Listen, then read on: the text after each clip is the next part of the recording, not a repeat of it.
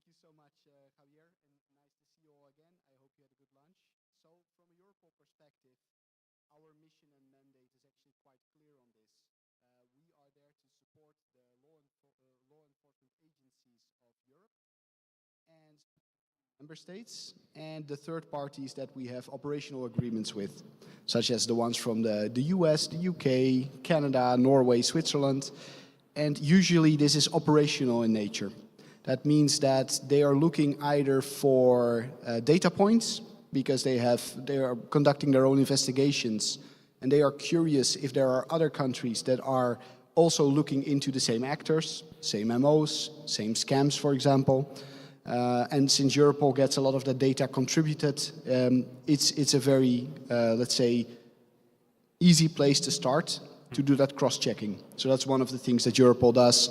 And the other ones are more in line with, let's say, in-depth support. And in terms of your role within? Yeah, so cryptocurrency specifically.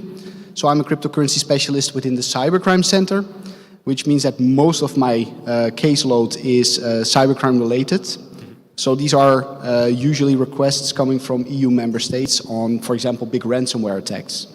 And then, of course, being Europol and having a lot of this data in-house, we see that overlap, that actually country A, country B, and country C are actually looking into the same OCG, and they should maybe think about collaboration. So usually when, as a result of that, an operational task force or even a JIT is started, we're usually also a part of that. Okay. We'll give Vincent a chance. Okay, yeah, some differences there. So Europol has a very operational mandate. Interpol has a less operational mandate. Our core business started with the databases, police databases. So exchanging of police data. We have currently 19 databases. And that's really where our core business starts. Now, we also enable international police cooperation. We would not get involved in a crime which is only solely happening in one country. We need a component that has several country links together so we can be involved.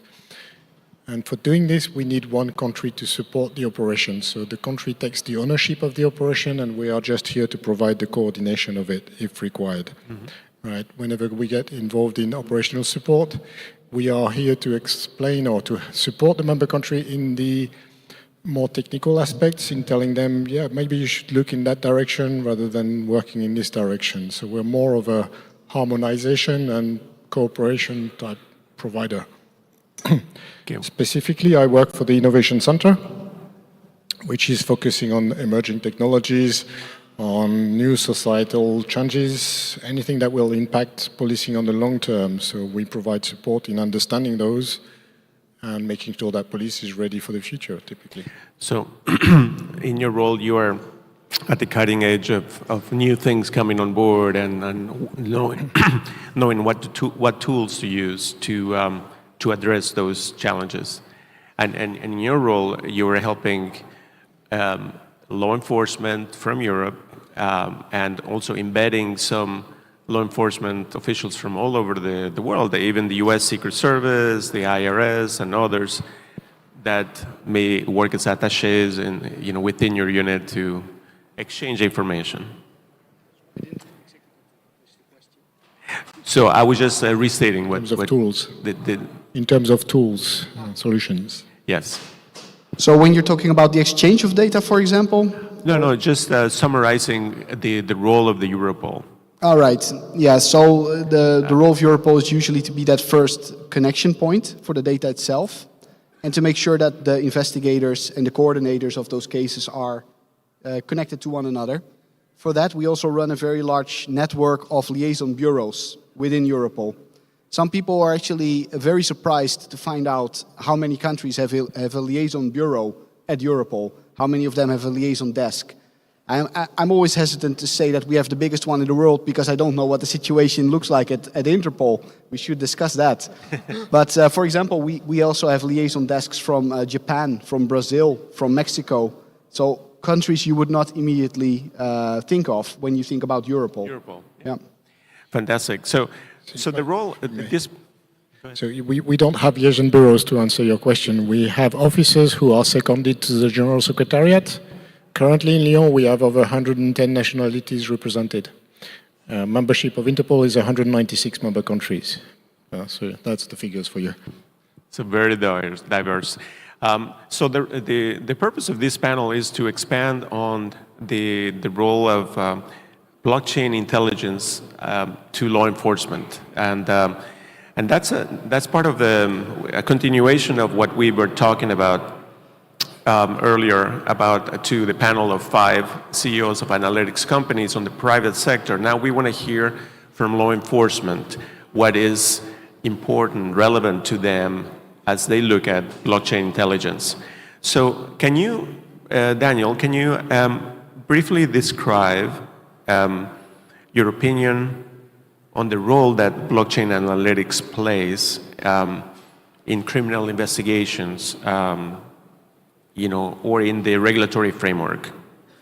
Yes, of course.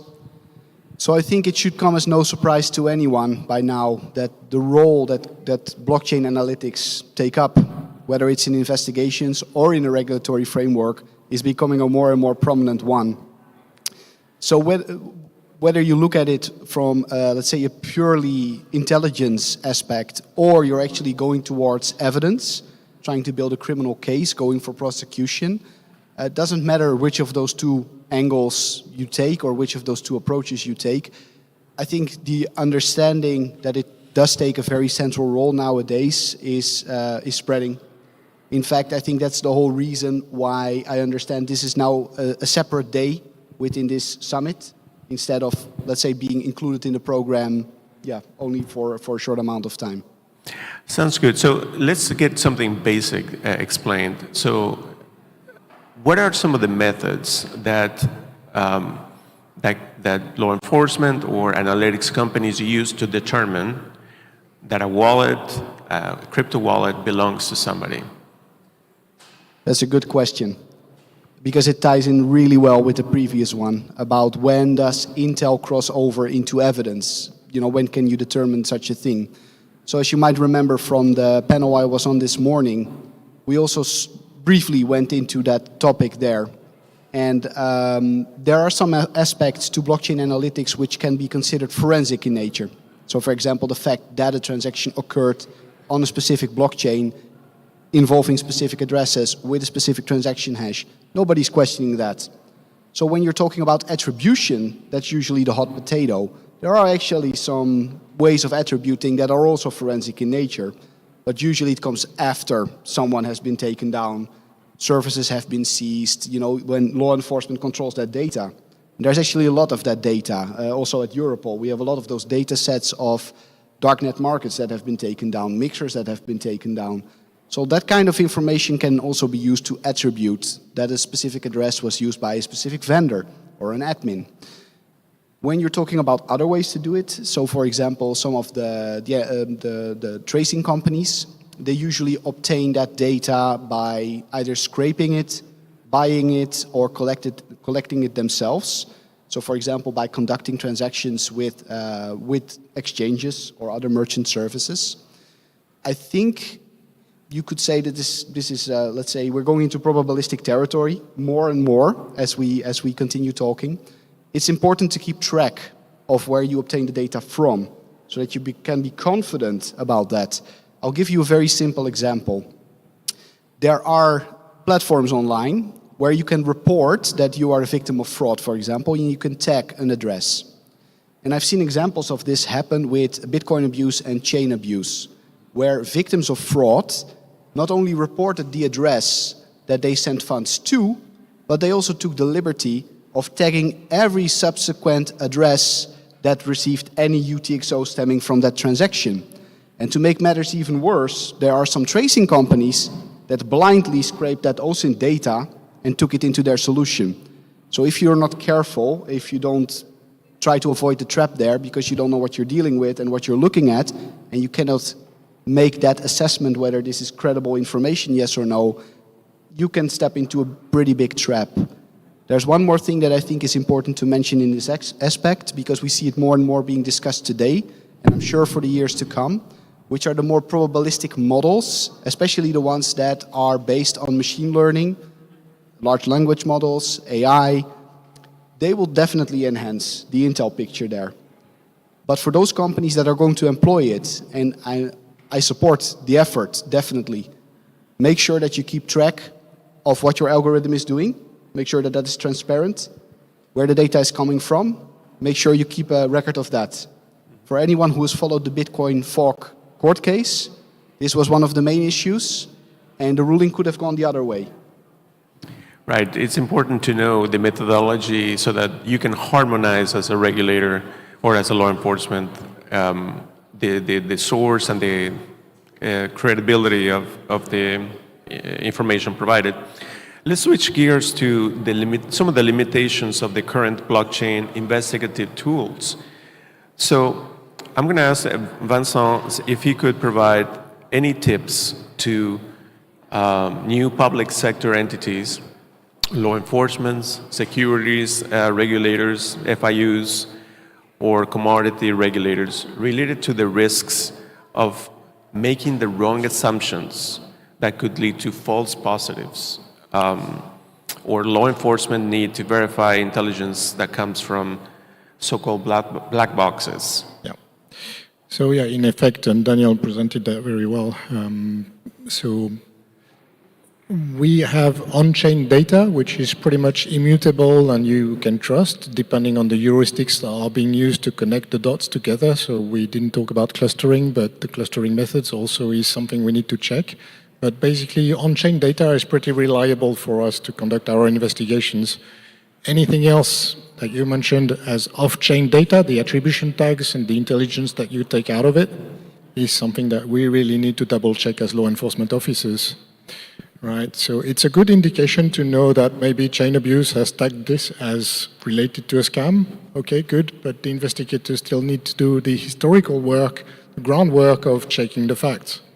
Right, so that's one important thing. The second thing is when we're talking about blockchain and financial instruments, we need to work real time. And that's where law enforcement organizations like ourselves have to evolve a little bit. We use historical databases, which are really not good at real-time operations. Also, the way the police works is very siloed still. If I'm working in a department, let's say financial investigation unit in France, I don't necessarily talk to the gendarmerie on the case I'm working on in the same country. Right? So we also have to break those barriers and enable the discussion between internal country units and international cooperation as well.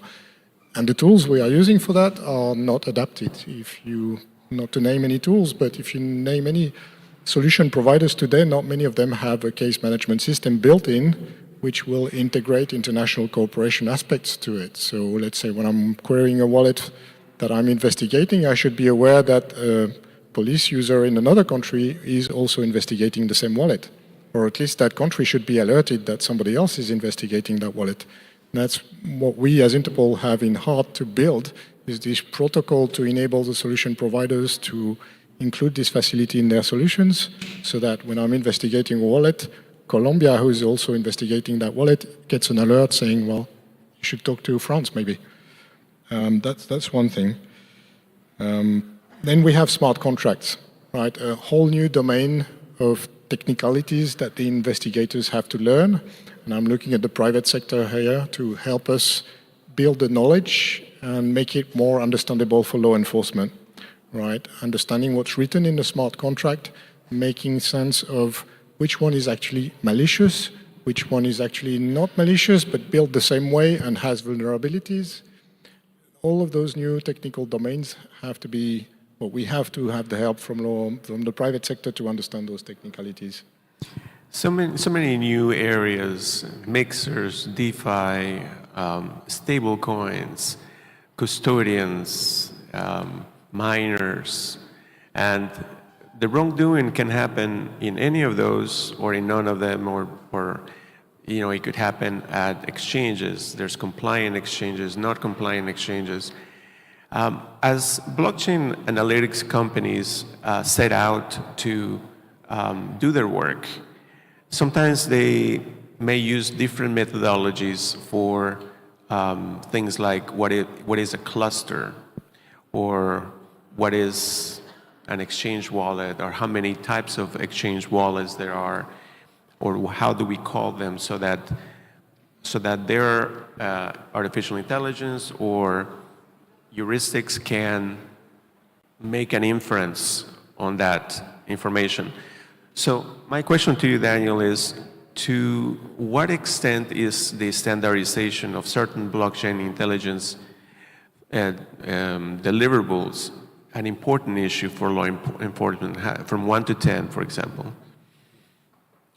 Yeah, if I have to attach a score, let's say 11. It's a prerequisite even if you want to move towards interoperability, I'm quite sure.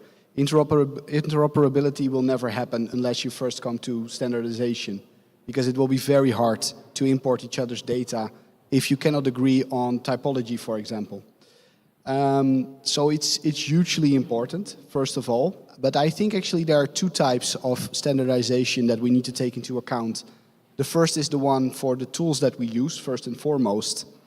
So for that, I would like to see, personally, this is my view on that, an ISO standard, for example, on what constitutes a cluster. Because there are actually a lot of scientific papers that have been written over the years, and some of those have even been cited in the Bitcoin fork court case, basically outlining the different types of heuristics that you can use to cluster addresses together. And as long as companies agree on that okay, you know, we have the co-spend heuristic, we have several change heuristics, we have behavioral heuristics, maybe even some more probabilistic models nowadays with AI and machine learning. If we agree on that, we can come to a standard. And it could also mean that you can attach which type of standardization you've used in a specific graph, which meant that you will get a specific outcome in terms of which addresses are clustered together, yes or no.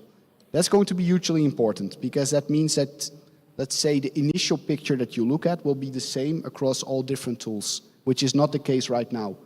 You might import an address in Chainalysis and in TRM at the same time, and might get completely different results. Good. Yeah, and that's a big problem. The other one, do you want to go, or can I? Go on. Yeah. Because I think it's an important one for, let's say, the more operational people in the room. Because this is one that we don't have to wait for anyone, but we're actually hurting ourselves by not having this. There are no standard operating procedures when it comes to tracing cryptocurrency, or even triaging the data as it comes in. I think we can make a lot of progress there if we, you know, think collaboratively about those issues. When we get data back from exchanges, how should it be harmonized? Who should take the charge, you know, with the specific packages of data that are contained in that container? We don't have to wait for anyone to do those things. And I'm sometimes wondering why it hasn't been done yet. I think it's simply a lack of time. But I would start there for now. That's reassuring that Interpol and Europol agree very much on that point. It's good news.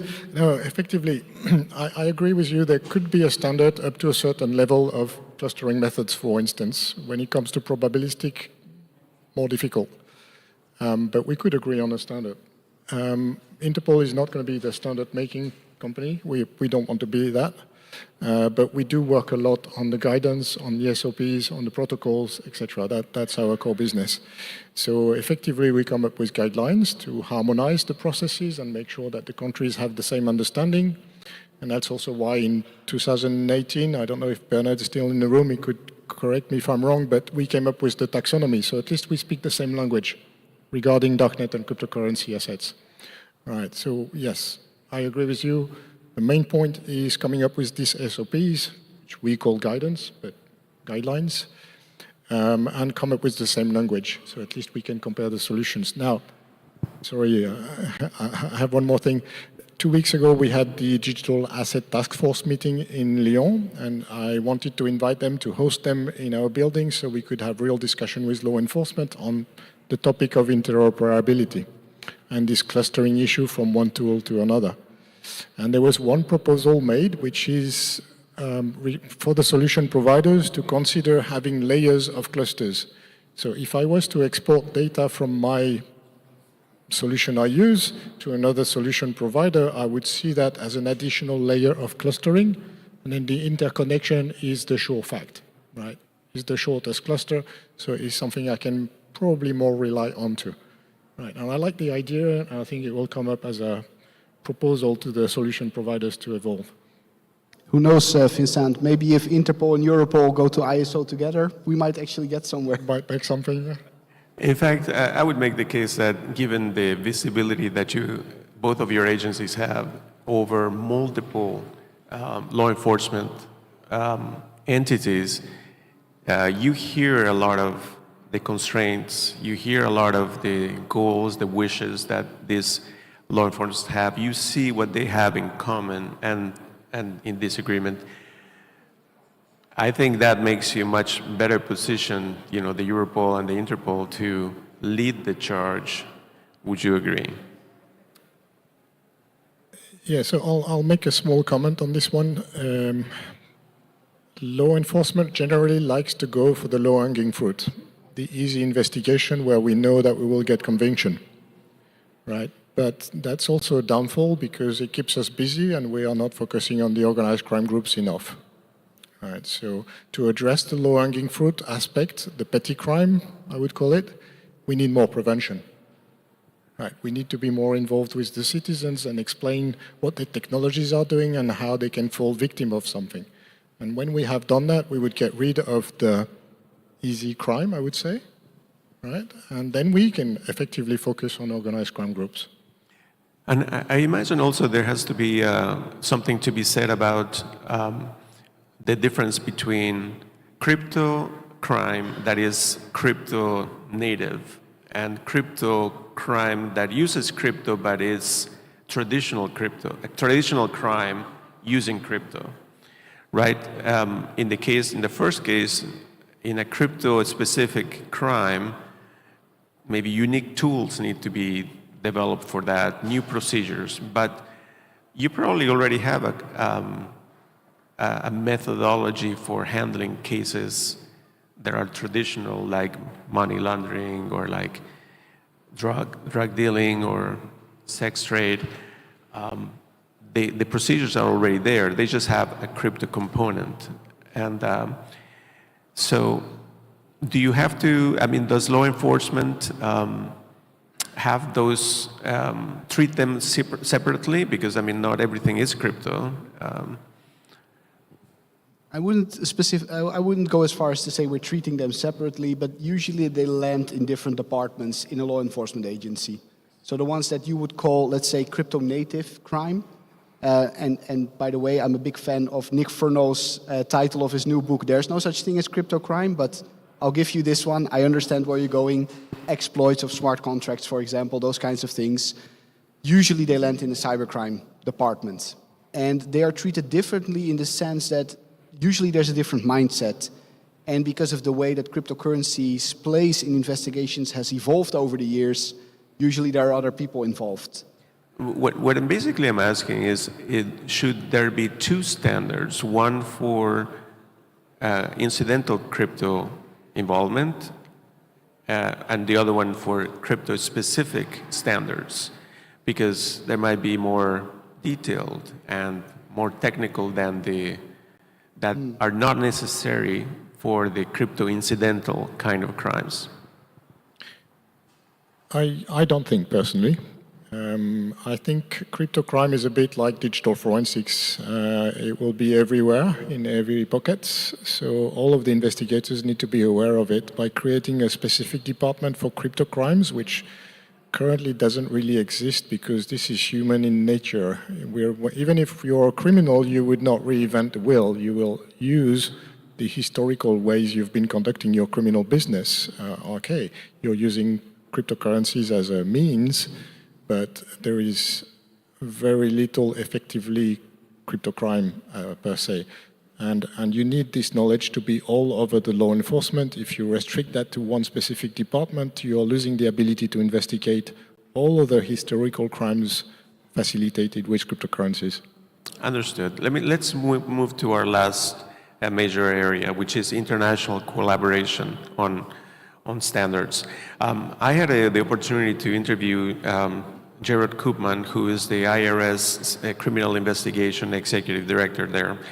And he mentioned to me the existence of a center that in Virginia that gathers information from their own archives, their own data sources, as well as information collected via API from blockchain companies. And it's available to Homeland Security, to the FBI, to the US Secret Service, different agencies, right? All working on crypto cases.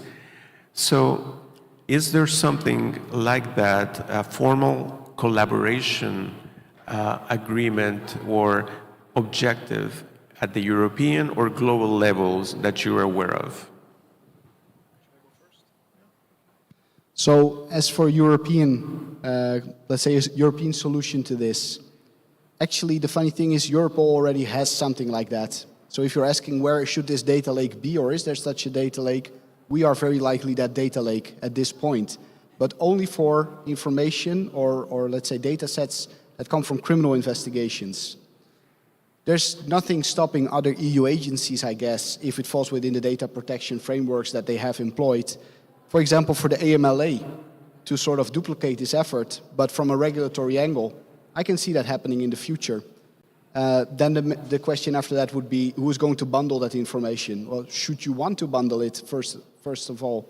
To that, I don't have a clear answer, but I do know for criminal investigations, it's Europol.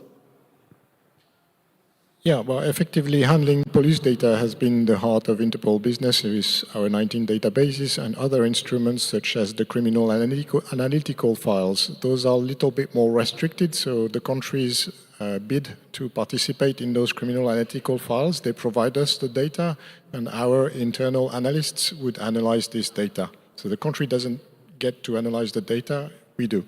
And then we produce the threat reports, we produce intelligence reports from those shared data. One additional instrument that we recently, in brackets, it's been a couple of years now, created is called the Gateway Project, by which we have agreement from General Assembly, so all our member countries, to accept data from the private sector as a source of intelligence. Right, so malware service providers would feed us back with what they are seeing in the evolutions, in the machines that are infected, the command and control centers, etc., so we can coordinate the operations to take down and to do the law enforcement work. So that's a new way also of ingesting data. And this morning I mentioned the public, and we are not there yet. I think that most of the data currently is with the public, with the citizens, with the victims. And yeah, law enforcement is not good at collecting this. So, last question is, what makes you optimistic about the developments on the ground, whether for standardization of blockchain intelligence or for collaboration on crypto across state lines that you're seeing that make you optimistic? Well, the fact that the solution providers are all here in the room is great, isn't it? Yes, I mean, this kind of meetings makes me very, very optimistic because we see that we're all looking in the same directions. We want the same thing, so I'm pretty sure it will happen. So yeah, what he said. No, seriously. I think 5 years ago, most of you work, I guess, in the financial sector or in financial investigations. Who of you would have thought that you were going to be in a forum discussing cryptocurrency? Because back then it was mainly dealt with by cybercrime departments.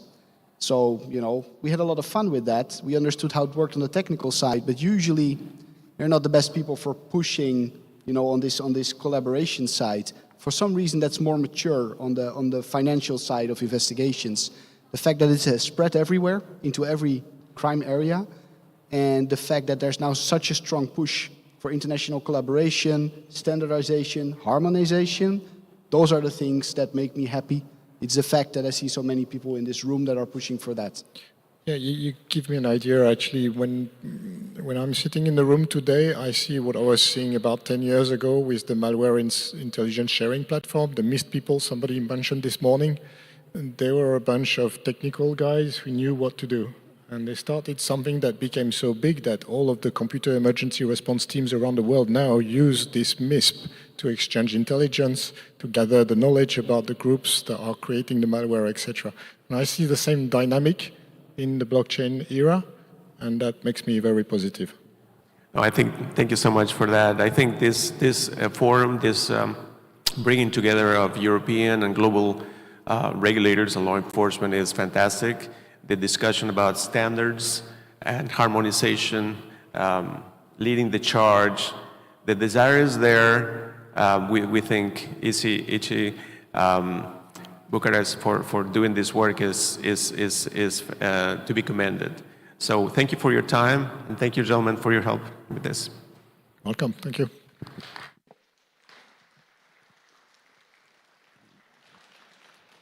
Thank you, Javier, and the speakers. Of course, the director is waiting for you at the photo corner to make a picture.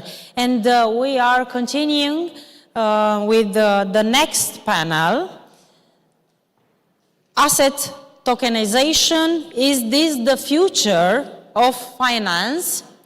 And I'm inviting here the moderator, Cristina Carata, research and professional doctor degree candidate, Center for Cryptocurrency Research and Engineering, Imperial College London.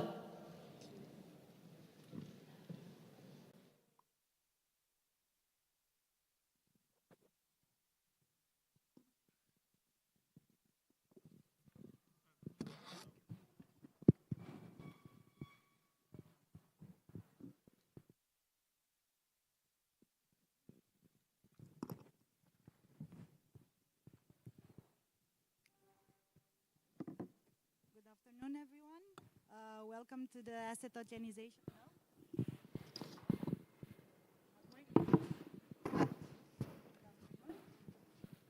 Still no? Okay, perfect. Good afternoon, everyone. Welcome to the asset tokenization panel. For the next 45 minutes, we are going to find out if this is the future of finance. My name is Cristina Carata. I'm a researcher at ICI Bucharest. And a PhD candidate at Imperial College London, where I focus on blockchain and public policies, and of course, financial services. So let me introduce you to our speakers today. First, we have Hina Awan from JP Morgan, who has hands-on experience implementing DLT solutions in global banking. Welcome, Hina. Then we have Thomas Droll for Deutsche Bundesbank, bringing insights into financial stability and post-trade infrastructure. Welcome, Thomas. We have Severin Krantz from 21X, offering a builder's perspective on native tokenization and public blockchain infrastructure. Then we have Joseph Lee, legal academic from the University of Manchester, who brings a research-driven view of tokenization and legal standards. Welcome, Joseph. We have Heinz Konzet from the government of Liechtenstein, a key voice in regulatory innovation. And last but not least, we have Miko Curatolo from Banca Sela, who leads on real-world implementation of DLT across banking groups. Welcome, everybody. So first of all, let's go beyond the buzz. And Hina, the first question is for you. You have a lot of experience in money market use cases. Can you share some highlights on how tokenization is already changing the game in traditional finance? Absolutely. Is that working? There we go. Absolutely. So I work largely in the private and permission space and have worked and seen the impact of tokenization across a variety of different asset classes. One area I think particularly where we've seen tangible benefits is with our liquidity product offerings, so repo and FX. And we're not the only ones doing this in the market. There are a few different solutions out there. But through the tokenization of assets and cash, what we're able to do is code into the smart contract almost instantaneous and atomic settlement. And what that does is not only does it sound very cool, it reduces the settlement risk, it reduces the counterparty exposure, it makes the whole transaction cheaper as we're able to charge clients right down to the minute of their usage. We're not charging them a day rate because we know exactly how much they are going to use. And it also gives them access to something that was not previously available in traditional finance. By being able to do these transactions instantaneously, we can do them intraday. And to do an intraday repo transaction or even an FX transaction at the moment requires a lot of operational handholding. We've also seen a lot of developments in kind of other asset classes, so digitally issued bonds. So JP Morgan's issued a municipal bond with the city of Quincy, and again, we're not the only ones doing this. And through that, we've seen reduction in the settlement cycle and also a different value proposition, which is a reduction in the intermediaries involved in the transaction. So we were able to reduce the issuer and the payer agent involved. And then finally, funds. We've seen a lot of work around funds and especially around cash. And one of the key benefits there is they're able to expand the boundaries outside of kind of RTGS systems, and they're able to settle 24/7, completely expanding the scope of what's available in the ecosystem. And they facilitate the other transactions as well, so the repo and the FX. Okay, thank you. Severin, I'm looking at you now. So from your perspective at 21X, how is native tokenization on public infrastructures unlocking new opportunities? Yes, so I completely copy what just has been said. So what we're seeing in this early stages, and I would still consider what's being done like with BlackRock's Biddle and Franklin Templeton's on also the work that JPM is doing, like I would still consider it early stages, is that we see a lot of asset managers tapping into tokenization by taking a traditional asset and wrapping it in a token that can be traded on the blockchain. So we enable access to wallet infrastructure for 24/7 trading, for atomic matching and settlement, to swap from a stable coin into a money market product in seconds. We're enabling this by using blockchain technology. And what will be the next step of this revolution is when you're not only taking a traditional instrument, tokenizing a version of it, but that you actually set up the asset natively on the blockchain, so that the blockchain, the transparent register of the fund shares can also represent the asset itself, which means you don't need a CSD anymore. There's no central securities depository because you work in Germany with electronic securities, with dematerialized fund shares, for example, and the register can be held on chain. So I think the next wave in tokenization will be native asset tokens, and we've seen it in Liechtenstein, we've seen it in Germany, we've seen it in Luxembourg. The law is there. And we will see a lot of assets coming natively on the chain to leverage even more potential of the technology. Thank you. So from my point of view, regulation is the one that makes or breaks innovation. So I'd like to speak a bit about that. So Heinz, yes, I'm looking at you. So from your experience in financial market innovation and compliance, do you see regulation catching up with the pace of tokenization, or it's not the case yet? Yeah, we try to catch up at the regulation side. As always, it's a leapfrog, kind of leapfrog, and the industry is faster than the regulation. In Liechtenstein, we were the first in line, at least in Europe. I think worldwide, we have the first, our blockchain token act was invented 2017-18, we began to write. 2020, it got in force, and now with MiCAR, we report some regulations, but in Liechtenstein, we have crypto regulation, MiCAR, of course, and civil law regulation, and property and corporate law regulation for crypto and for token, and it's a kind of a neutral. It's not a blockchain regulation. It's a token regulation. You can do everything on the token, on the technology, what you want, be it a claim or IP right, be it a security, be it whatever. Whatever what you bring, it will be regulated in this manner. Of course, Liechtenstein is so tiny, we're the most tiny ones here, and so small. We have to go cross-border, and cross-border, it's a different one. The US still has no regulation stateswide. They're working on it, but Canada has no crypto regulation. Argentina, Australia has no crypto regulation. A lot of big countries have no big regulation. MiCA is in line, but it's a financial market regulation. It's not a civil law regulation, which you also need for crypto industry. And MiCA is not, I'm sorry, not a blueprint of regulation. But it's in place. It's a first mover line, and then that's okay. You have to adapt it, of course.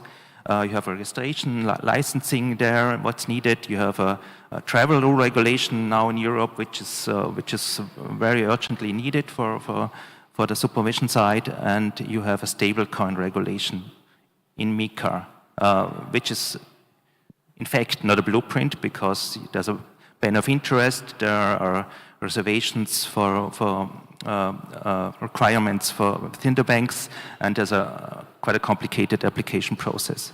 And the SEC just in the US just stated that at least stablecoins are no securities, which of course is that's logical. but there's no SEC registration needed when it's one-to-one backed. So the stablecoins in Europe are not competitive anymore, I think, and we need a MiCA 1+1 now. So regulation is a evolving process. In Liechtenstein, we tried to be early adopter, and I think we were successful. But we have to develop this in a fast manner because the industry goes fast. Okay, thank you. Thomas, speaking about post-trade infrastructure, how is regulation or lack of regulation impacting industry transformation? Yeah, I think it's fair to say that current regulation, legal environment as a whole, and policy in a wider context is holding back DLT developments in securities trading and for especially post-trading areas. So if you just compare it, the situation to traditional securities, post-trading infrastructures, you have a whole set of legal and policy environment in place. So you have private laws that say what kind of legal right you have to the securities, how you transfer it, and you have rules on cross-border issues, a thing that Heinz also mentioned. So you have rules on conflict of law, so what different national law applies to it, and you have regulatory rules all the way down, and you have the support from central banking side, so from central banks, so I need to mention that. So we are providing for the traditional securities post-trading, we're providing infrastructure, and we're providing, say, this form of money, central banking money for that. And we accept the securities as collateral for our central banking operations, so they can be pledged. And if you compare to DLT securities, tokenized securities, practically nothing of that is in place. So you have some national laws like the German law on electronic securities, like the Liechtenstein law, but they are not really compatible, they're totally different, and you have legal uncertainty about conflict of law rules because, you know, conflict of law rules, they are set with the accounts in mind. So it's the law that is applicable is the one where the most relevant intermediary, where the account is held, but you don't have the same thing in a DLT, so no one really knows yet what national law applies in a cross-border environment. And yeah, so I think private law, conflict of law rules, and a bit of regulation. I mean, yeah, that's the topic of Severin. This DLT pilot regime, it's extremely restrictive. It's a sandbox regime, very low levels, so no chance to really scale it up to a level that would make a huge difference under this pilot regime. Last thing I want to say is that we central banks, we're doing our part, so at the US system. So we are actively thinking about introducing wholesale CBDC. So we announced this in May, in in February this year. So as a short-term solution, we would just using like a trigger solution which links the tokenized world to our traditional payment rails. But longer term, we are also thinking about, something more pure DLT-based unified ledger idea is coming up. And we are also assessing our general documentation on the legibility of securities so that maybe one day, tokenized securities will also be pledgeable as collateral for a central bank. So I think I talk too much, so I give the... It's okay. We have a lot of buzzwords today. One of them is interoperability, so I have to ask you about this one. When talking about asset tokenization, we hear a lot of times of what's digital enough or not. So, Miko, you lead a competence center spanning multiple companies. How big a challenge is standardization when trying to build group-wide DLT solutions? So first of all, thank you for having me here. I believe interoperability is a huge challenge, as already discussed this morning. In Sella, we have some favorable condition to tackle this problem because the group is not huge. It's 6,000 people working there across 20 companies, and we decided to work on DLT and digital assets topic all together as a task force initially that now is transformed into a competence center. And in this competence center, we brought both tech, business, and control function people because we believe that the real key is at the intersection of technology, regulation, and business. And the only way to solve the interoperability issue is to act as holistic as possible, let's say. There's kind of a chicken and egg problem there because unless a lot of players enter the market and start doing something that is no longer a POC, interoperability will not be that big issue because it's not only related to protocols, it's related to legacy technology, it's related to standards, it's related to taxonomy, to share a common ground of definitions, and it's also related to regulations, I believe.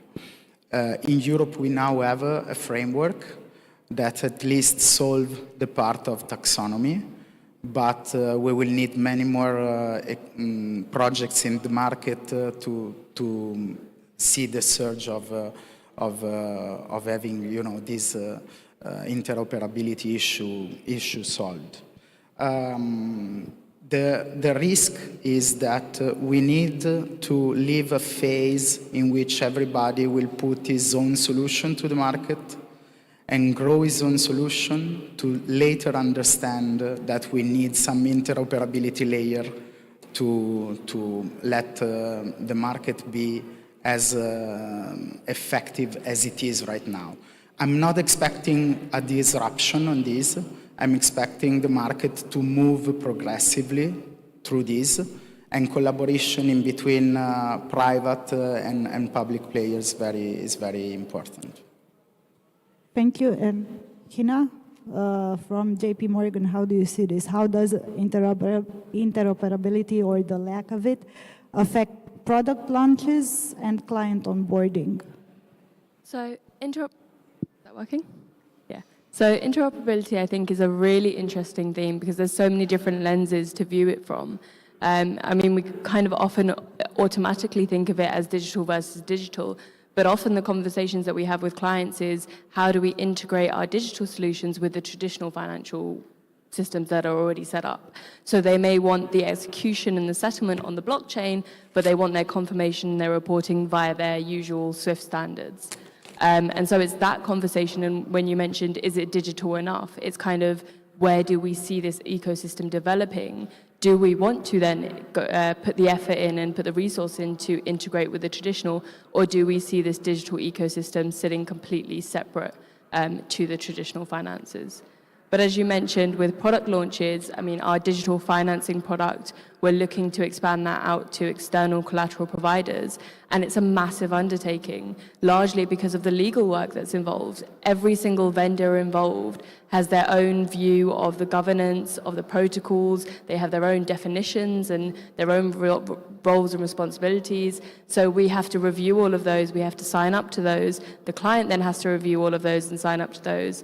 To present an interoperable solution, you have to discuss what that governance looks like when you all have different opinions of what governance is.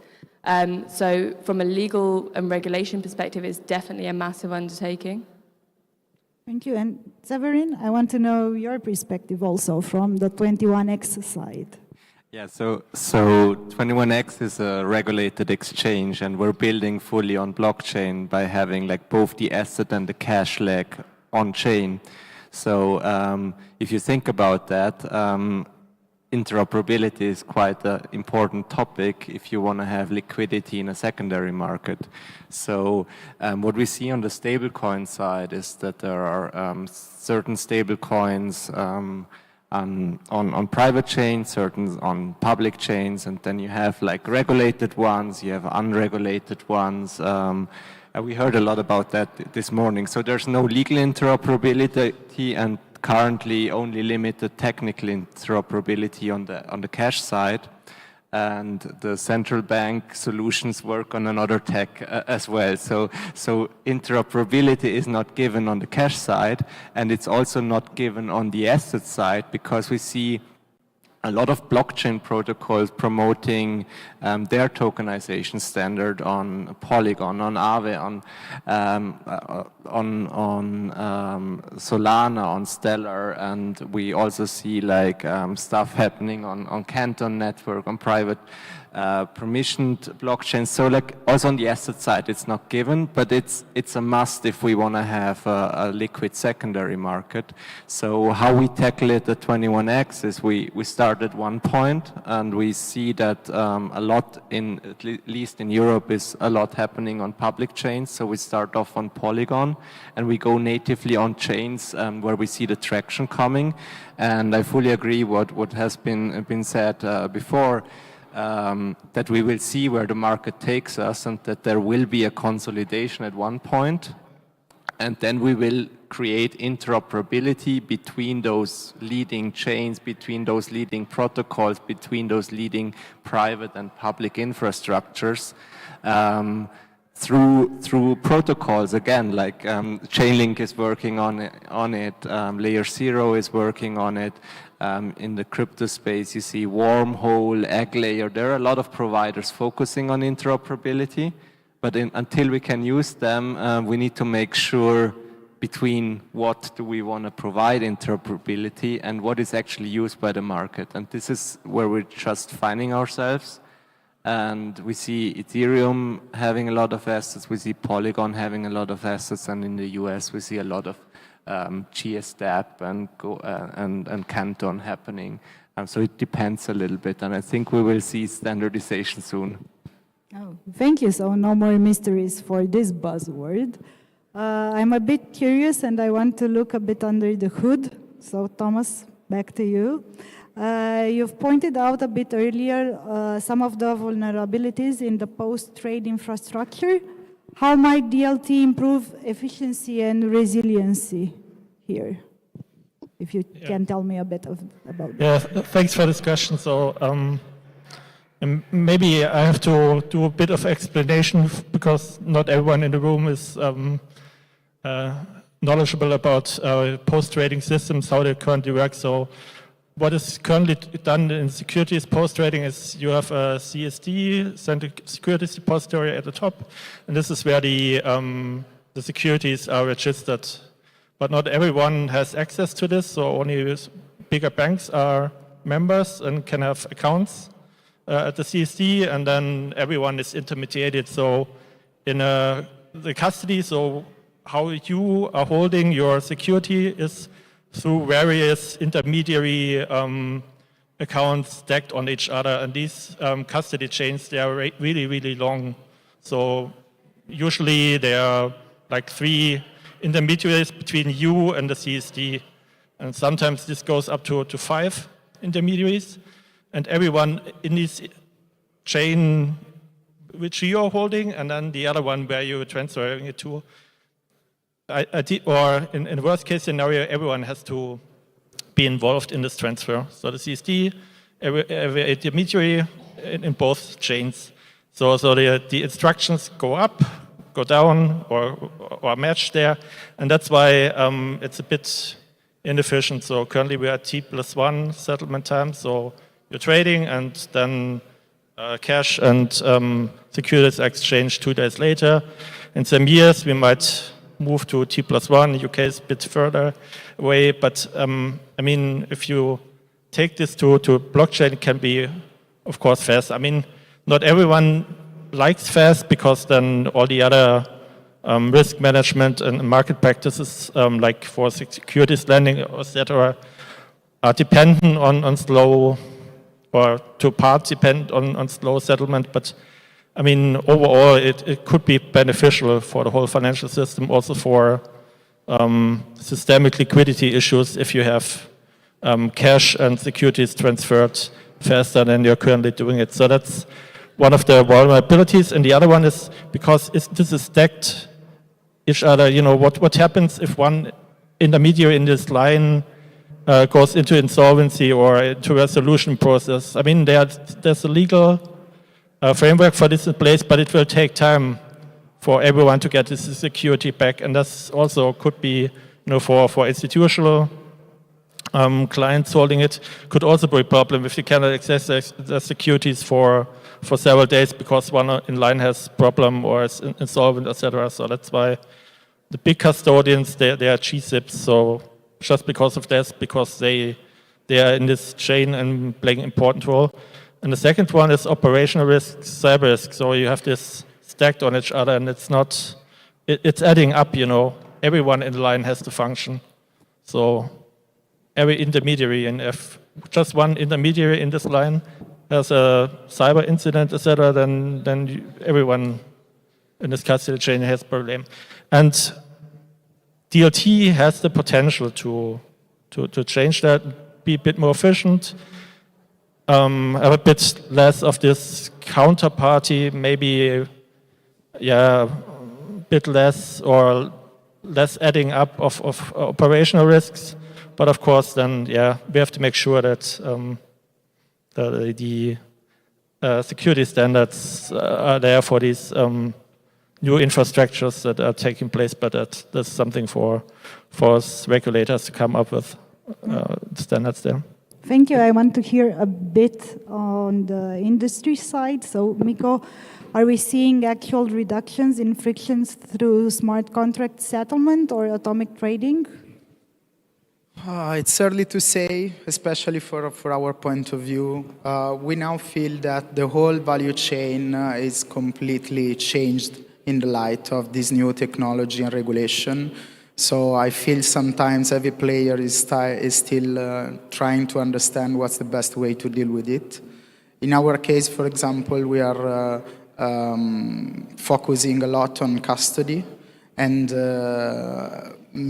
by meaning that having the opportunity to deal with tokenized assets for us now means being in the same room with the asset manager that traditionally bring assets to the market, the tech companies that will support the tokenization of the asset, the distributor that might be one of our companies, and the custodian also. So we're trying to understand which is the best way to deal together. And I believe that what will be crucial in the next year or 2 years will be having also the regulator in the same room to understand how to, adjust processes to this new way of working. Because I believe there's a common sense here that the technology is ready. What is not ready is updated processes. And this is what we are working on right now. And I believe that in the short term, having new efficiency on the process will be pivotal to bring tokenization to its real potential. Thank you. So now moving a bit back, because it's my favorite topic, I won't lie, to the regulation and legal part. Joseph, you've been awfully quiet until now. So what do you think, what legal gaps or jurisdictional mismatches are holding tokenization back from an academic perspective, because you also work in the academic side? Thank you. I think that's a really important and big question. How come the financial institutions have not adopted a larger scale asset tokenizations? I think when we think about asset tokenization, tokenization is a process, and what we are tokenizing is the asset. But now assets, there are different types of assets. There are physical assets, a bottle of water. There are contractual obligations. There are intellectual property. There are data sets. So when we're talking about tokenizing assets, we still need to think about what is the legal status of the underlying asset. And then when we tokenize these assets, physical or intangible assets, important thing is what is the legal status of these tokenized assets. And they are very important. And it's so important that MiCA doesn't answer these questions. And that's the gap. But sometimes you do need to have gaps in legislation, and these are deliberate gaps, and the gaps can be filled by, for example, the national court or the national parliament to decide on the legal status of these tokenized assets. Now, why is the legal status of these tokenized assets important? They are important because then you know what you have, and then it is important to know how you can transfer the assets. How you can transfer that tokenized asset in law. The fact that you can transfer these tokenized assets at the technological level doesn't mean it can be transferred in the eyes of law, in law. So you need to have that alignment, the fact that you transfer the asset technically, what's the impact of it in law? I think we need to have that alignment. And then that would depend on the relationship, the function of that tokenized assets, and the relationship between the tokenized assets and the underlying asset, and the relationship between the holders of the tokenized assets and the controller, whoever possess that asset physically, or controller of their assets in the computing processes, etc. So I think that's the bit which I think the law, at least at the MiCA level, has not addressed yet. And I think it is it's a legal risk, and there is a legal risk that no general counsel would overlook that. And it's so important that it cannot be addressed at the European level, and that's the gap. And we see even in the UK, currently there's a property bill in Parliament exactly targeting this question, and it generates a lot of debate. What's the legal status of Bitcoin, for example? What is the legal status of a tokenized a tokenized asset, for example, a DAO token? I think these are the questions need to be addressed, and it may take time to answer that question, to answer this very important question. Sometimes the parliaments, the legislature, no offense to the politicians, sometimes they may not have answers, and we may need to leave that question to the courts. And the court process takes time. First instance appeal, and then and also you may even need to go to the Supreme Court to answer that, and it will take maybe a number of years to address that. Do I still have time to go on to? I want to ask the other perspective on the regulators. So, Heinz, how do regulators deal with the fragmentation of legal definitions? So we heard the lawyer perspective. We want to hear the regulator perspective now. Yeah. Thank you for the impressive words. That is crucial. But that MiCAR cannot provide this. MiCAR is a totally financial market regulation, like MiFID or like the CSDR, like the Banking Act. But I recommend to take a look at the Blockchain Act, Token Act in Liechtenstein, because I think we answered this. The token is totally agnostic to any asset classes in Liechtenstein. It's totally agnostic. It's not an asset, the token, regulated. It's a representation of a right of asset via a technology, which should be blockchain. So that's a little bit complicated, but I totally second your thoughts. That's very crucial, because you have MiCAR, you have the passporting, you got a registration application at the Financial Market Authority. You can go everywhere in Europe and do your business. But what's the underlying, what's the right, and what's the civil law of the token? That is crucial, because otherwise you cannot doing any court cases, because you don't have any valid title, you don't have any enforceability, you don't have nothing, and you have the countries have to regulate this. Of course, civil law is not regulated in Europe everywhere in the same way. It's nation-based, and we think we regulated this in Liechtenstein quite intelligent, I think. Thank you, Thomas. You want to say something? Maybe you can just quickly jump in on this civil law question. So, I mean, we don't necessarily need to start from national law. So there's also some international work ongoing. So there's these UNITROA principles, published 2023. So there's work on it, and I mean, I know it will take time to have legal certainty in this regard, but I mean, it's definitely time we start now, at least at the European level, and then taking account the good work done at UNITROA level, and then, yeah, that's all I wanted to say. Thanks.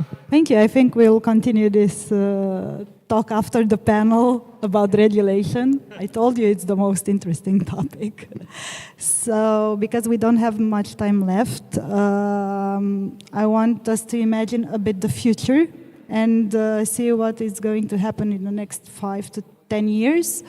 Asset tokenization, is it going to be mainstream? Will it be niche? What is going to happen? Like Joseph, do you see this becoming the norm, or are we still too far from legal and institutional readiness? We always come back to legal, see? I think it depends on the three factors. One, the technological advancement. Two, the political will. And the third is the legal and regulatory frameworks. Of course, the technological advancement and also the political will then shape the legal and regulatory frameworks. Well, first, the technological advancement, and which we have just been talking about it over the lunch, quantum computing. Is it going to make all the encryption technology obsolete? And I know, asset tokenization rely a lot on the encryption technology. So how are they going to deal with, when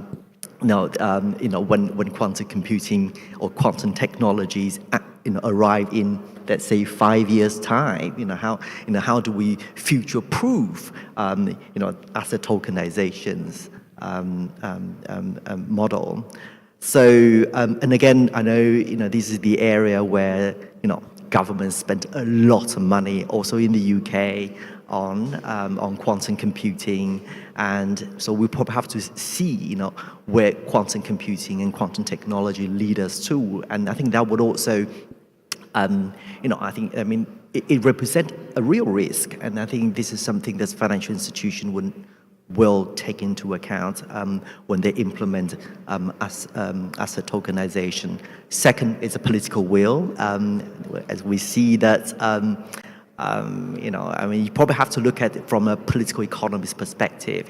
The SEC, treats certain crypto assets as securities, but the CFTC want to treat them as commodities. So, why is there such a fight? And then create the confusion.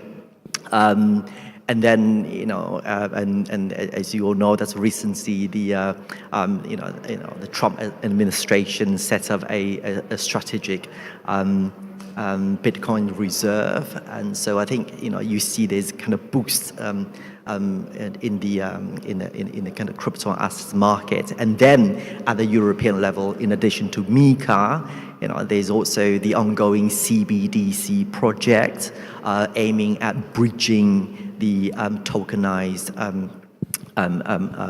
assets market.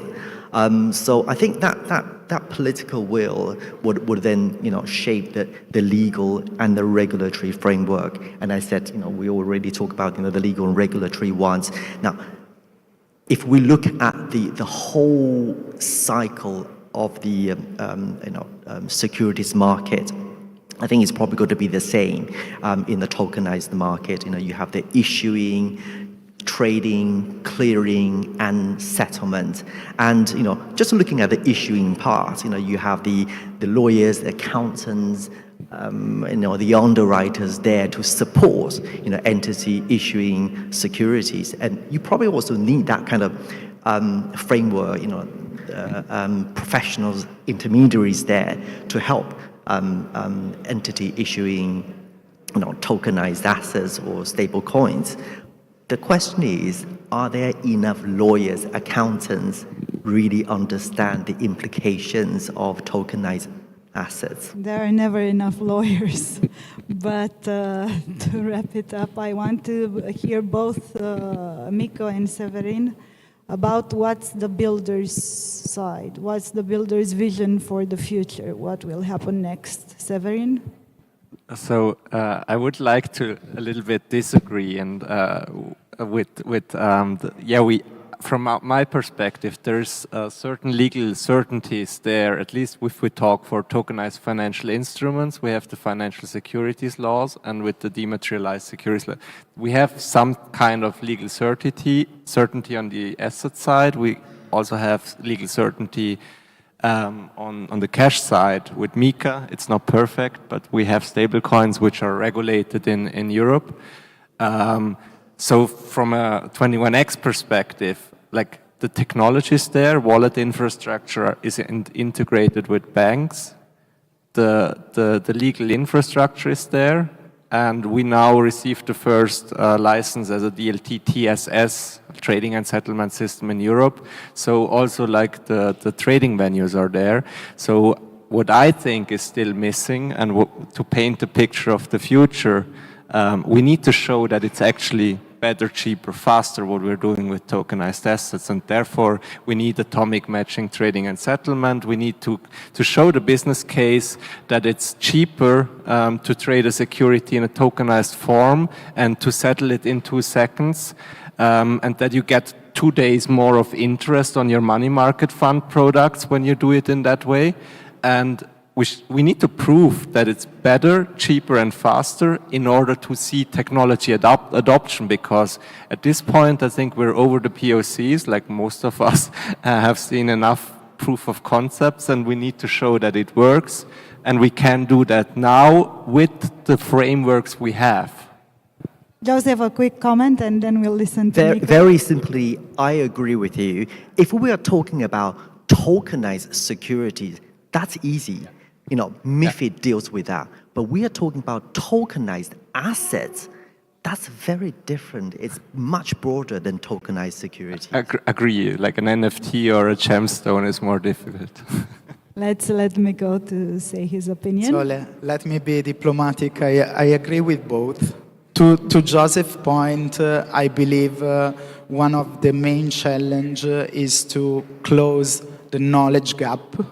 There's still a lot of missing players around this opportunity.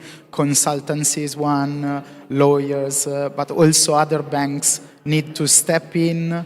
And personally, I believe that at least a couple of years needed for a bank. Disclaimer, we are not the fastest animal in the jungle, just to say that. So first of all, there's a knowledge gap, and it will take time.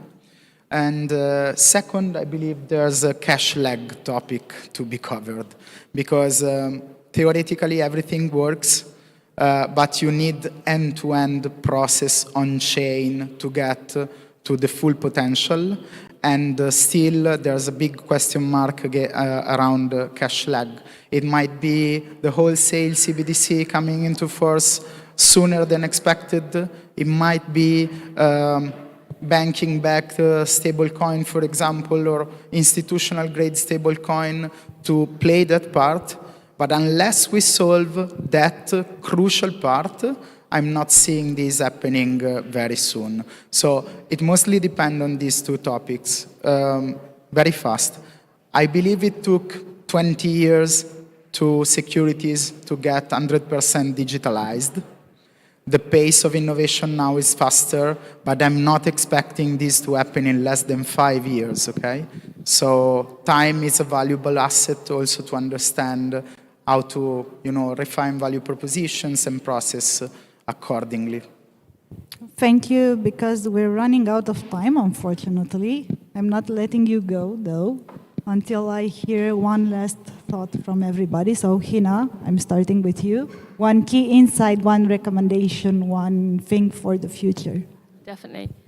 So I think if we really want to see asset tokenization stretch the boundaries of kind of the existing financial market, we need to start considering beyond the hype. I think there's a lot of great startups out there who are very focused on kind of the news headlines and being the first to do something, but I think there are some great solutions out there already, and it's really about carving out what that ecosystem will look like as we interact together. Thank you. Heinz? Yeah, it's a great title.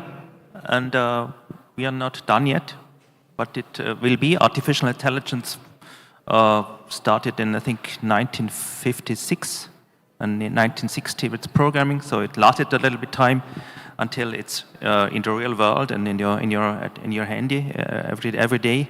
So blockchain, you have a little bit tokenization. You have to be patient, of course, but in 10 years. It will be in everyone's handy as well. Very interesting comment. Severin? Yeah, so I really think it's about the business case, and we've seen first business case proving out. So since Tether makes a lot of money with their stable coins, we saw the stable coins like flourishing very a lot. Like basically everybody is doing a stable coin, and we see the same now with the money market funds, where BIDL has now 2 trillion assets under management, so that's also a valid business case. And we will see further business cases showcasing that it works, and with that we will see the adoption. Okay, thank you. Joseph?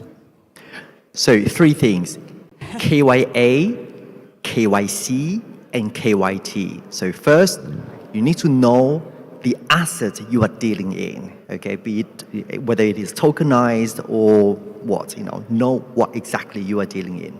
2, KYC, know your clients, know your customers, and KYT, know your technologies.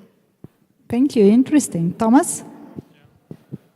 Back to the small part of tokenized securities. So in there, everything is in place. Industry is doing its part. Central banks are doing its part. So now it's doing. Politicians should do a bit of work here, and the legislator. And it's a good topic for the savings and investment units. And we, as a Eurosystem, are pushing for a digital part of it in the securities.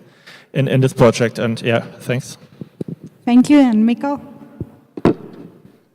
Nothing to add. I believe we already discussed everything. We just need to, ride the dragon some way, equip the organization properly. For example, for a bank, I believe talent attraction now is key to deal with this opportunity. And we might have the same conversation in a couple of years and see what happened. That would be interesting. Thank you, everybody. Very valuable insights. And thank you, everybody, for being present here at the most exciting panel, of course. Thank you, and hope to see you soon, everybody. Can take a picture at the panel together. Don't forget about the photo corner, please, because Mr. Director is waiting for you.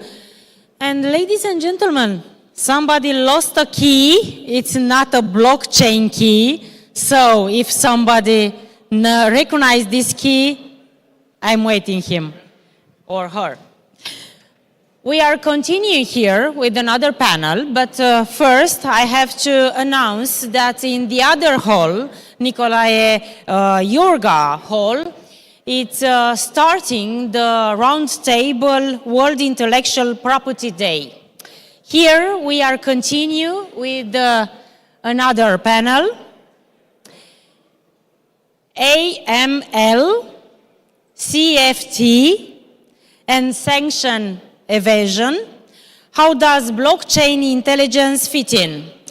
And I'm inviting the moderator, Shundri Khalsa, intelligence specialist, U.S. Marine Corps veteran, Harvard alumni, CEO, founder, and inventor of paper blockchain. He's here? Okay, please. I hope I pronounce your name correctly. Thank you.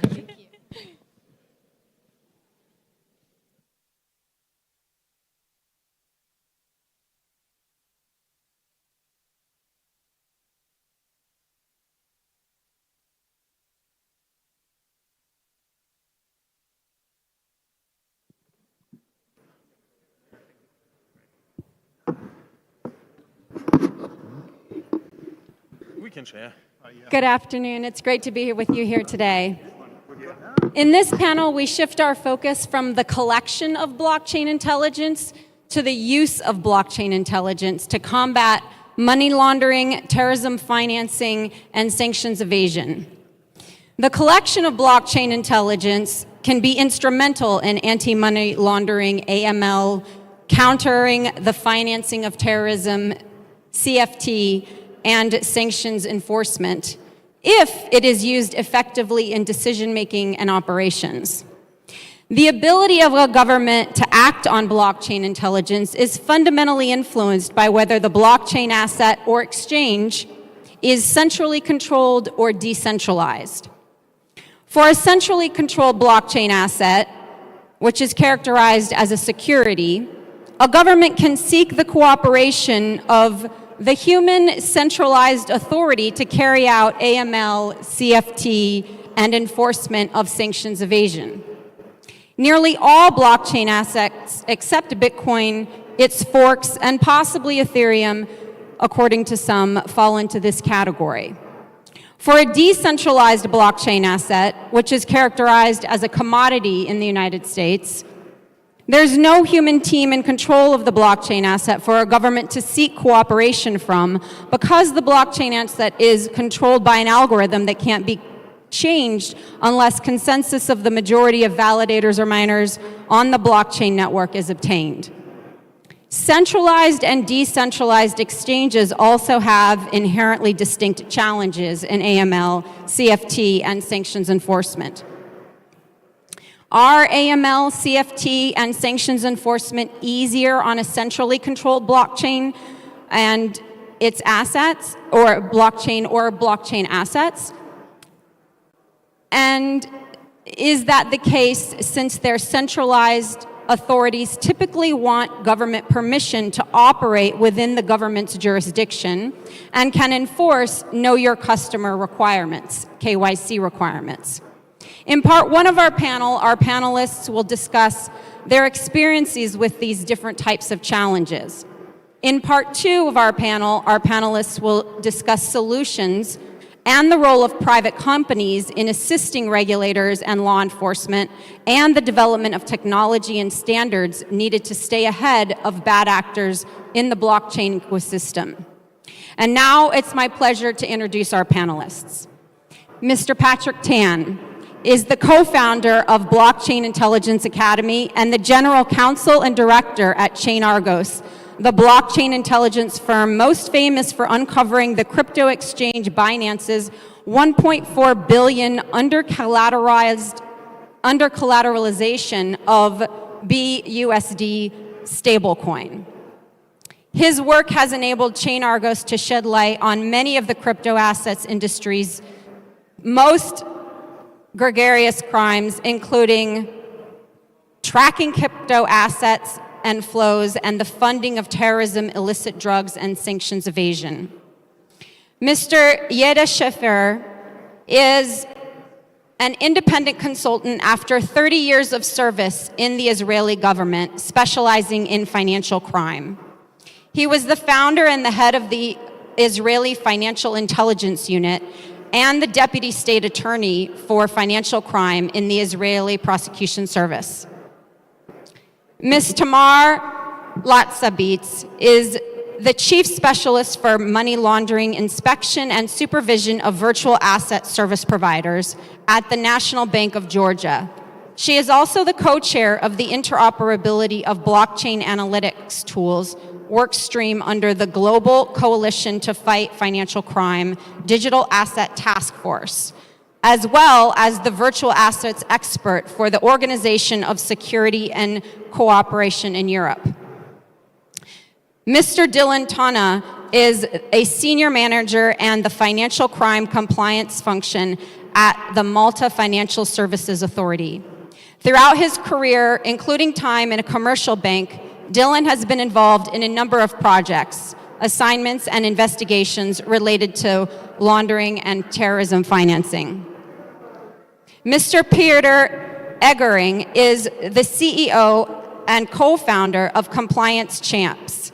He has written crypto policy for a Tier 1 bank, provided training and information for KYC activities, and served as the former chairman of the crypto board at a Tier 1 bank. Mr. Maxim Dragunov is the Director of Policy and Advisory at Crystal Intelligence, where he leads strategic engagement with governments, regulators, and law enforcement to strengthen global efforts against crypto-related financial crime. Drawing on his background in international security and blockchain investigations, he builds institutional partnerships and delivers capacity-building programs across Eastern Europe and Central Asia. Mr. Matthias Lagnarter is the head of policy Europe at Chainalysis. He has extensive practical experience in the UK and EU in regulations, compliance, and public policy making as both a regulator and executive of digital assets in fintech. And now the first question about challenges to Tamar. Why is blockchain intelligence necessary to combat money laundering, terrorism financing, and sanctions evasion, regardless of whether the combating efforts are from financial institutions, financial regulators, financial supervisory authorities, or financial intelligence units? Thank you. I think this is a great question. From supervisory perspective or from the ecosystem actors perspective, WASPs, for example, it's essential to have a blockchain intelligence to refer something for. Like on daily basis, they are able to identify their risk, identify where their risks or patterns are coming from, and potentially escalate. This is a very big question, and to illustrate my point better, I would like the audience to imagine a whiteboard, big whiteboard with thousands of sticky notes with the numbers and letters on them, and this looks like a noise. But then suddenly starts to organize this into patterns and circles them and draws arrows between them. And then we start to see some of the patterns, we see some of the taxonomies. But then the challenge is, as it was reiterated by previous panels and previous speakers, what is the level of interoperability of this blockchain analytics tool? Where is the reliability and verifiable information? For example, from my position as a co-chair in the Global Coalition to Fight Financial Crime, we have identified the interoperability issue between the blockchain analytics tool. To imagine simpler, it's like if one agency is using one tool and then extract the report from one tool and send it to another agency who is using tool B, then the information is not shareable in a way that agency B is able to start investigation with a minimum manual input. And the second issue was about the clustering, that the clustering from one tool does not look the same as in tool B for different reasons. Our work is kind of complementary what was reiterated before about the Interpol, the great work that has been done about definitions. But we have, under the Global Coalition, we started engaging with a blockchain analytics tool provider to see if we can start testing some of the solutions for these issues and to test the proof of concept. So when we come back in a year or 2 years' time, then I will be able to update you better on this. Thank you. Great, thank you. We look forward to the update. Patrick, can you please help us understand the key differences and challenges with centralized versus decentralized blockchain assets or exchanges in AML, CFT, and sanctions enforcement? I think that when we talk about blockchain technology in general, there seems to be an acceptance, an assumption that what the engineers are telling us is an accurate reflection of the reality that is the software code. And so we've come to the stage where we've used the term decentralization as a sort of impenetrable shield. I can't be held responsible for that because nobody's responsible for that. Now, the unfortunate reality, of course, is that, and you don't require a high degree of technical competency to see through this. I'm trained as an attorney. I can assure you I have no special skills other than maybe falling asleep too often when my wife speaks. But outside of that, you don't need any special skills to see that a lot of these so-called decentralized blockchains are not decentralized at all. So how do I mean? I'll give you a simple example. If you have administrative keys, if you have certain special administrative capabilities that control the blockchain, I'll give you one example. Recently, well-known crypto asset exchange called OKX, they shut down their Web3 wallet on concerns that the DPRK or North Korea or Lazarus Group would use it. That ability to shut down what you have claimed is decentralized raises difficult and challenging questions about, all right, you've bricked your system because you think these actors are bad enough that we should shut it down. But what about everybody else? So Lazarus Group, no. But Hamas, maybe. Hezbollah, I'll look the other way. And the issue with that is because nobody fully understands how this software works. but I can assure you it's not that difficult at all. And if we just took the time to understand it, we would quickly see that all of these AML CFT responsibilities ask not for whom those responsibilities fall, they fall for thee. If you're operating these systems, if you have the admin keys to these systems, if you have the ability to arbitrarily shut them down, well, guess what? You're responsible. And I think that from a regulatory standpoint and from a law enforcement standpoint, the challenge is that we're so afraid. We're so afraid to dig through the code.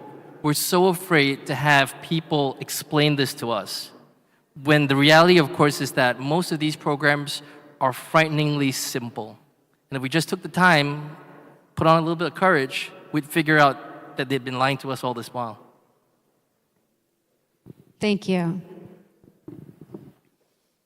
Matthias, based on your cases at Chainalysis, what are the challenges you observed with centralized or decentralized blockchain assets or exchanges in AML, CFT, and sanctions enforcement?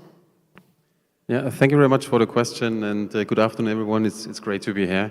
When I think about sanctions enforcement, let's think about first, the actors, exchanges, and DeFi protocols. And clearly, decentralization is a spectrum. It's not really binary. When we think about enforcement sanctions per se in the real world, but also in the digital crypto assets world, is a real challenge. Where we see most challenges around centralized exchanges is actually not the ones that are more regulated, for example, under MiCA, which is a really comprehensive regulatory regime, not only for AML, but also conduct and prudential rules. We see less issues there than in jurisdictions that are not complying with sanctions rules, for example, the OFAC sanctions or non-KYC exchanges, simply because they don't really care about sanctions enforcement at all. And there is hardly anything we can do from our perspective to help with that. And so this is the first part. So non-KYC exchanges, I think, are a massive issue, mainly in jurisdictions that don't really comply with sanctions enforcement. What we find when we look into transactional behavior with regards to sanctions entities and sanctions jurisdictions is that most of the value is actually transferred in centralized, centrally issued stablecoins, which is also true of illicit activity more broadly. Last year in 2024, for example, 63% of all the illicit activity that we have found on chain was in stablecoins, simply because they are really convenient way of being able to globally transfer value very, very quickly into in every corner of the world. So from my perspective, I think it is extremely important to work with stablecoin issuers to help them raise awareness around sanctions exposure, which is something that we've been talking about in the other room earlier, around ecosystem monitoring and the ability to understand as a centralized issuer where that asset across different multiple blockchains is used and what the actual exposure looks like. That's sort of like the second part. And then, I mean, obviously, when we think about decentralization and decentralized exchanges, for example, they are all very, very different, and decentralization is absolutely a spectrum. Tornado Cash has been mentioned earlier, so I just wanted to say a few words on that. That really highlights how difficult sanctions enforcement is in a decentralized world.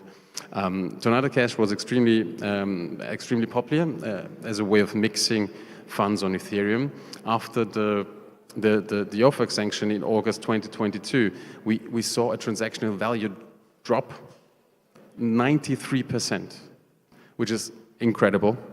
93% initially, but we've then also seen that the volumes pick up again. And now it is, again, part of the ecosystem of mixers, which just shows you how difficult it is to enforce sanctions against decentralized protocols. Apart from all the legal issues we have around sanctioning smart contracts per se, but it's a different story, I guess. Thank you for explaining those differences and characterizing those. Dylan, From the perspective of the Malta Financial Services Authority, how would you describe the risks and challenges in the future of real-world AML and CFT compliance? So first of all, thank you for the question, and thank you for welcoming us in lovely Romania. It's a pleasure for me to be here representing the MFSA, the Malta Financial Services Authority, and this panel with distinguished panelists. It is indeed the right platform today to share best practices, the challenges that are being sort of faced in the evolving world of blockchain. This has been mentioned a lot in previous panels, whereby collaboration is actually an important element in fighting financial crime together. So there are a number of stakeholders, including the public, the private sector, consultants, there's the technological service providers, where ultimately we are all fighting the same fight practically against money laundering and terrorist financing through our different roles and responsibilities. As you are aware, innovative entities are driving the financial sector, creating a fast-paced transactional environment with immediate accessibility to funds and immediate transactions to cross-border jurisdictions. However, this rapid innovation is also opening its doors to emerging risks in relation to terrorist financing, money laundering, and even proliferation financing and sanctions. Obviously, crypto asset service providers are in this case frontliners, the first line of defense. They are relatively considered to be posing a higher risk from an AML and CFT point of view due to a number of factors in relation to their specific business model. Obviously, certain products and transactions have the element of anonymity. There are also certain jurisdictions which have not yet implemented robust AML and CFT controls, which makes even life easier. So essentially, from a supervisory perspective, it is a challenge to strike the right balance. Obviously, one would need to foster innovation. However, on the other hand, there needs to be sort of sufficient compliance culture to mitigate these risks from a money laundering and terrorist financing point of view. What I think is a fundamental element to mitigate AML and CFT risks from a regulatory point of view is to carry out risk assessment. So risk assessment is the first sort of step for an effective foundation. There are different tiers of risk assessment, starting from the supranational risk assessment, going down to the national risk assessments of the risks that are sort of evolving from a local point of view. And then obviously for each and every license holder, they are required to carry out a business-wide risk assessment, which is considered to be a live document, clearly articulating the risks that the company is exposed to, while also analyzing the respective controls that are in place that would ultimately leave you with the risk that is left following the application of the mitigative measures. Obviously, crypto asset service providers have an important role. They are required to have robust measures and controls in place, mainly to verify and identify the customers. We've mentioned a lot KYC. There's also the element of building a robust customer profile to ensure that ultimately transactions that are being processed are in line with the business activity, and if there are certain anomalies, these will be sort of escalated through the established channels in terms of SARs and also STRs. What I wanted to mention here is that money laundering is not a victimless crime. So behind every dollar or euro that is actually being laundered, there are human consequences, which can be directly or indirectly, whether it's funding of terrorism, whether it's drug trafficking, whether it's funds deriving from fraudulent activity or such as cybercrime or Romance fraud. So essentially, our responsibility is not just AML and CFT in terms of regulatory, but even as well being a moral responsibility for us. We need also to acknowledge that AML throughout the years has, AML controls, I would say, had increased and then were enhanced significantly throughout the years. We've moved from the simple tick box approach to risk-based supervision. Nonetheless, criminals are, on the other hand, using sophisticated methods with emerging technologies to try to launder funds, obviously making it difficult for all of us stakeholders to detect these type of activities. From a challenges perspective, crypto-related crimes essentially present several significant challenges, and for the time being, I would only just mention two. One of it is the rapid innovation in relation to the crypto space, meaning that all stakeholders would need to be updated with all the ongoing developments. We're seeing that new typologies, new systems are being sort of emerged on a daily basis, so it is crucial for all stakeholders to remain abreast with the ongoing developments in the crypto space. I also mentioned at the beginning in relation to transactions being in cross-border jurisdictions, so there are certain jurisdictions with deficiencies, even from a sanctions point of view as well. So collaboration is key, and unfortunately in certain elements we're seeing that collaboration requires further enhancements for effective supervision and oversight. Thank you. Thank you. And now we shift our focus to solutions and best practices from the challenges. Peter, what are your observations and perspectives with AML, CFT, and sanctions enforcement on a centralized or decentralized blockchain asset or exchange? In the case of a centralized blockchain asset or exchange, did you gain cooperation from the private central authority? If so, what did you do? If not, what did you do? In the case of a decentralized blockchain asset or exchange, any best practices or lessons learned you'd like to share? Let me start by one of the challenges that hasn't been mentioned yet, and that's about Bitcoin ATMs. You mentioned sanction evasion, you mentioned money laundering, and I think Bitcoin ATMs are one of the biggest tools for money laundering and sanction evasion at this time, and I believe that law enforcement is not doing enough. So to give you an idea, a Bitcoin ATM works exactly the same like a normal ATM. You put cash in and you get crypto. There are more than thousands in the world, and here in Romania there are 155. There are 55 here in Bucharest. And they charge margins that wouldn't make sense for normal individuals. So to give you an idea, like for a transaction you pay 5% plus margin. If you would do that on another crypto asset service provider, it will be around 0.2, 0.3%. So I can't actually see a normal reason for using these Bitcoin ATMs. And why I say sanction evasion is because there are a lot in Poland near the border with Belarus. And you can actually get 25,000 euros worth in crypto without any form of verification. And I think that is shocking. And the fact that MiCAR is coming, I think that will help.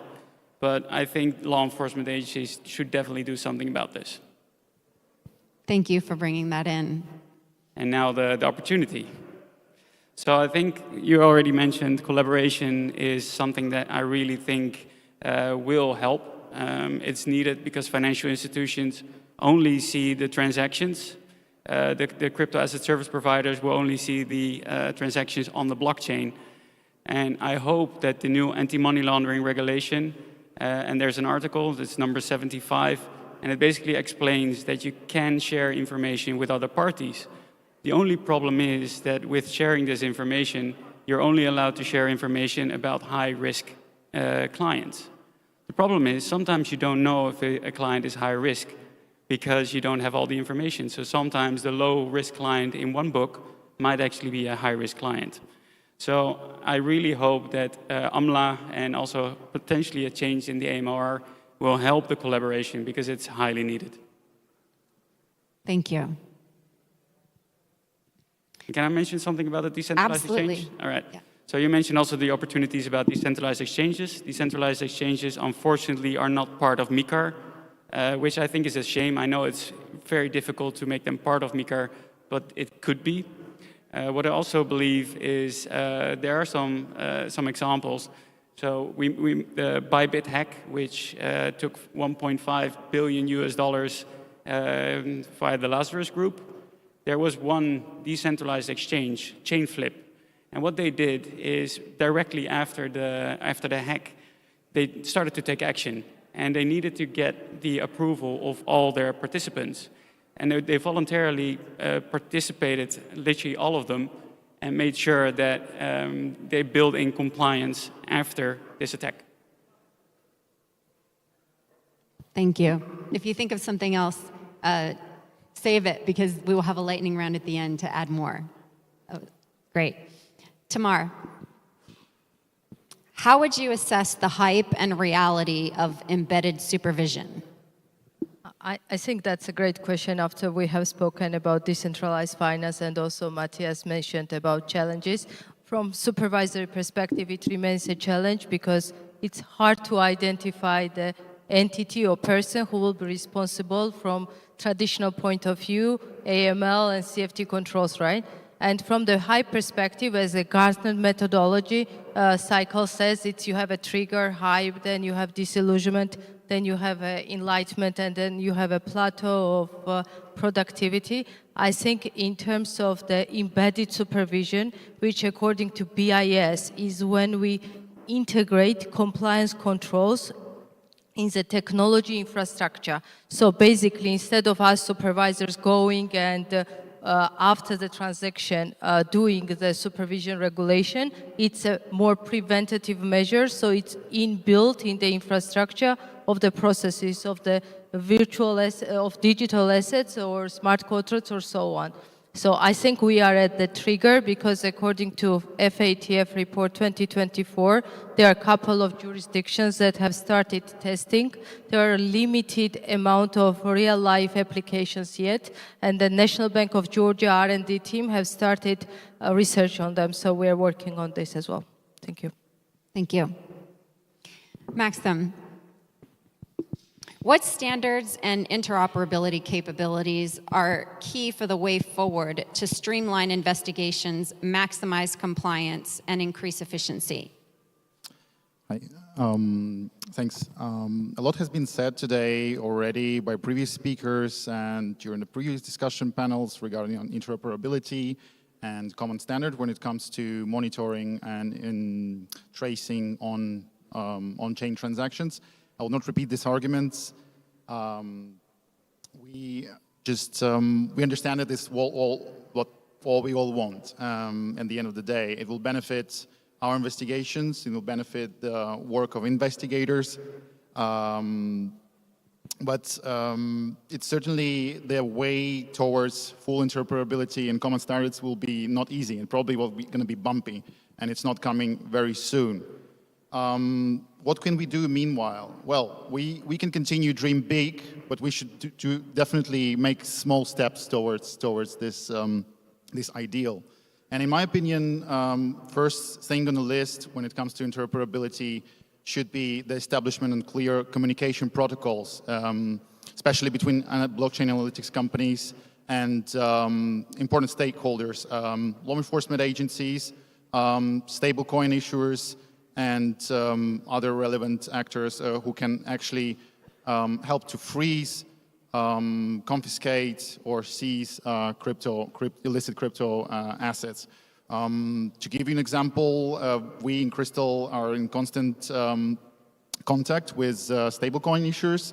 So speed is crucial when it comes to investigating cases which involve illicit crypto assets. Thanks to that, we were able to help to freeze dozens of millions in stablecoins used for illegal purposes. In the second place, I would like to mention that in blockchain analytics, we should start to slowly flexibilize, I'm not sure if there is a word in English like this, or make our tools more be able to be customized. So we'll be able to receive information in different formats or adapt to case by case. So just to mention, for example, in Crystals, we have different risk categories which you can customize.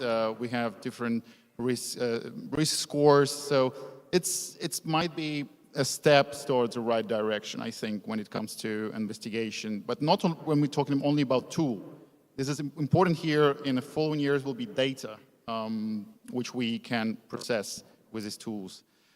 In the third place, I would like to mention that there have been several big cases in crypto recently. And I still wondering why don't we come together, blockchain analytics company, and join our efforts, because these cases are huge.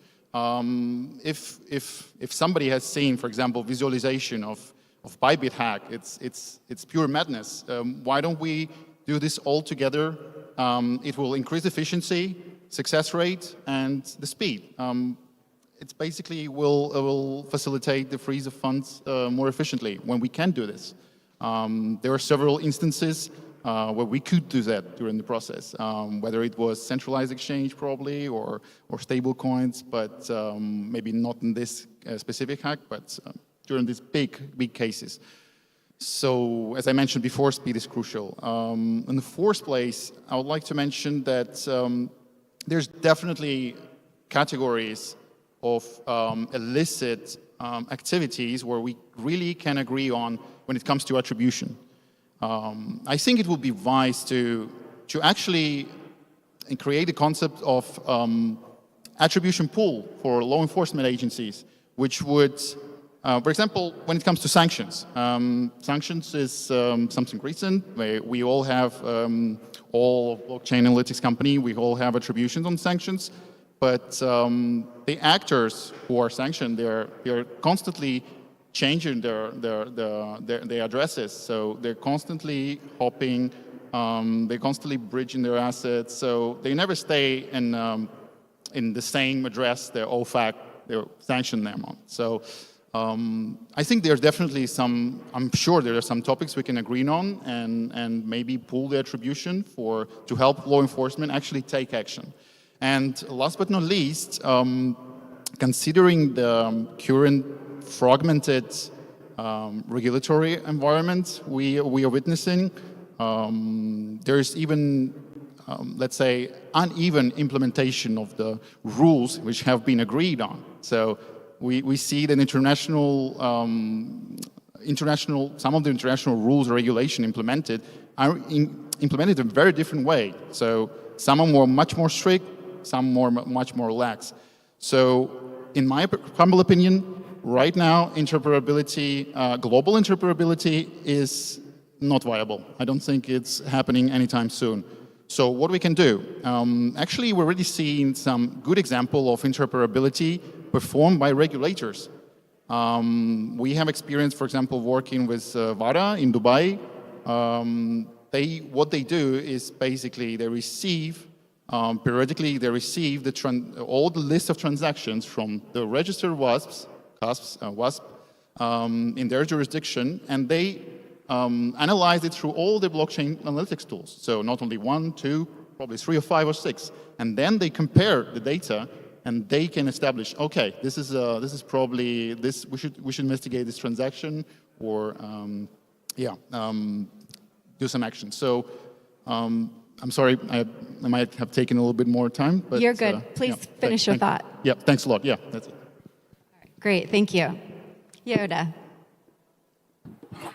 As the blockchain ecosystem evolves, what emerging technological, regulatory, or policy solutions should regulators and financial institutions explore to enhance AML, CFT, and sanctions enforcement?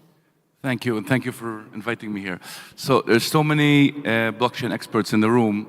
How can I possibly say something new? I will try and bring my own experience as someone who's seen the anti-money laundering, terror financing, sanction issues from every single possible aspect, I think, both as a prosecutor for many years, as head of the Israeli FIU, as the chief prosecutor, the deputy state attorney in charge of all financial crime enforcement, money laundering cases, but more importantly, 8 evaluations I did in other countries, and I think I've consulted more than 40 countries on these issues. So I'm going to try and answer your question from the perspective of law enforcement.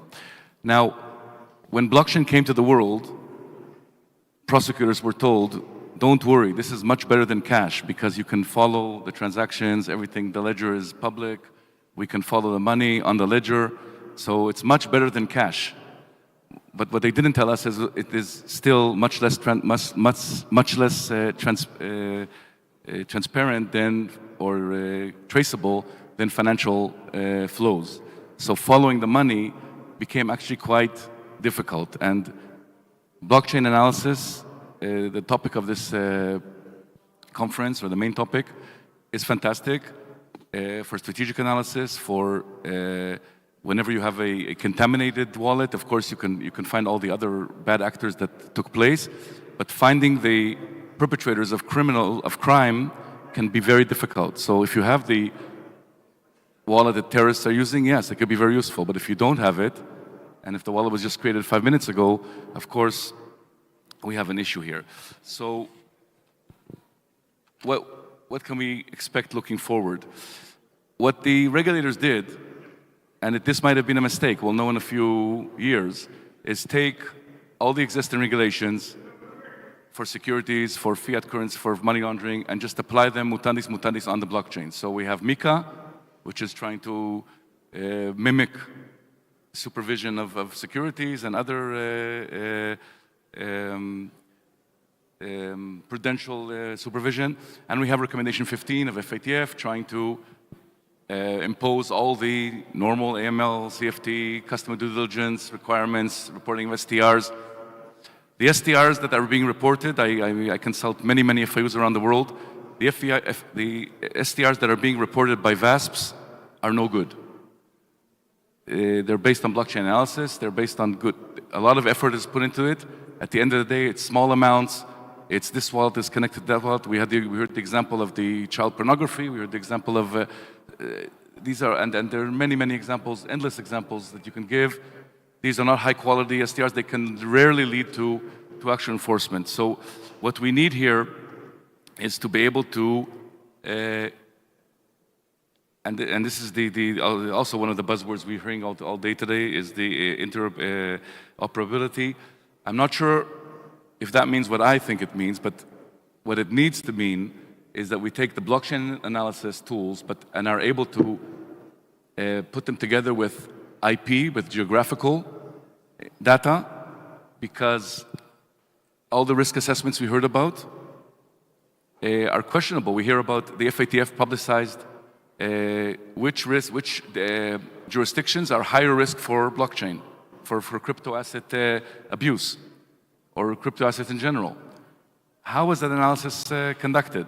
Maybe Chain Analysis wants to tell us, but if there's no IP, if there's no communication data here, if it's only the ledger, if it's only the blockchain, how do you know which countries are higher risk? And this comes to the essence of the problem, because we're talking about a supranational technology or extraterritorial technology, but enforcement is always territorial. Sovereignty is always territorial. So I'm a prosecutor, I need to know where the crime was committed. I need to know what the country the perpetrator is in. And if we don't have this information on the ledger, then it becomes very difficult. Secondly, as Nico told us this, I don't see Nico here, but I hope he's still around. As Nico told us in the morning, we need to bring in the inner ledger of the VASPs. We need to see what is actually going on at the VASP level as well. Because if we're only looking at the public ledger, the rich people, the big unexplained wealth, the big money laundering schemes are not going to be there without mixers, without legitimately. Why should anybody be exposing their whole wealth to the whole world? So obviously there's going to be an attempt to legitimately conceal the last element, which we as law enforcement need to deconceal. So answering your question, I think the first challenge will be to see if MiCA, if recommendation 15 and the travel rule actually happen, if this actually can work, and this can only actually work if we bring together all these sets of data. This is a big question. If it doesn't work, there'll be what will probably move into embedded types of solutions are one type of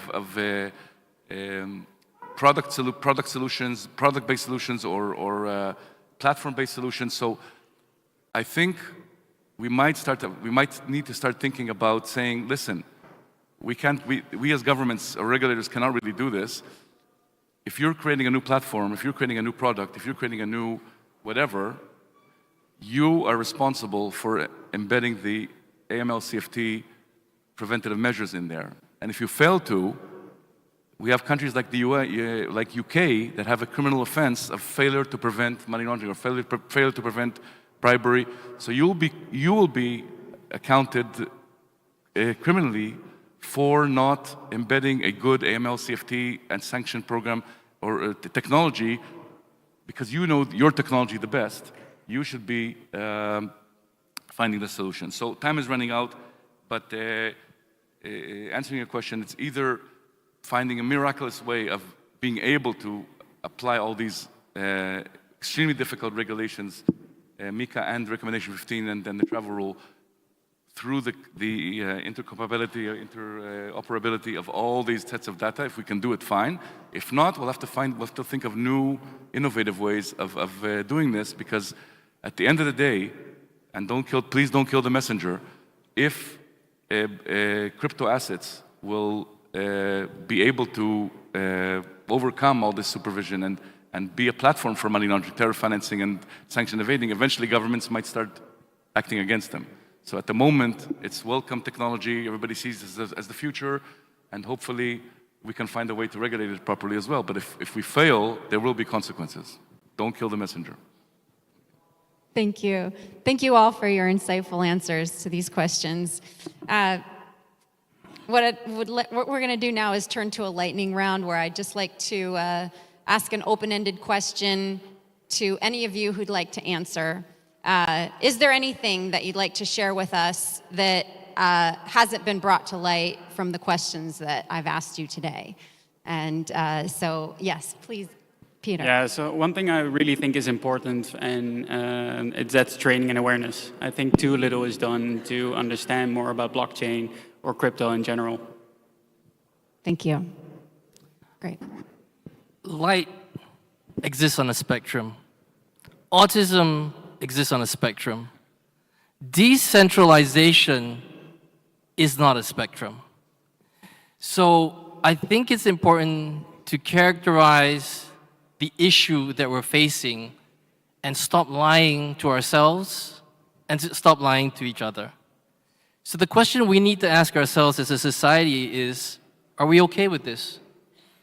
Because either we're okay with this and we let the terrorists win, or we're not okay with this and we have to do something about it. Let me give you a simple example.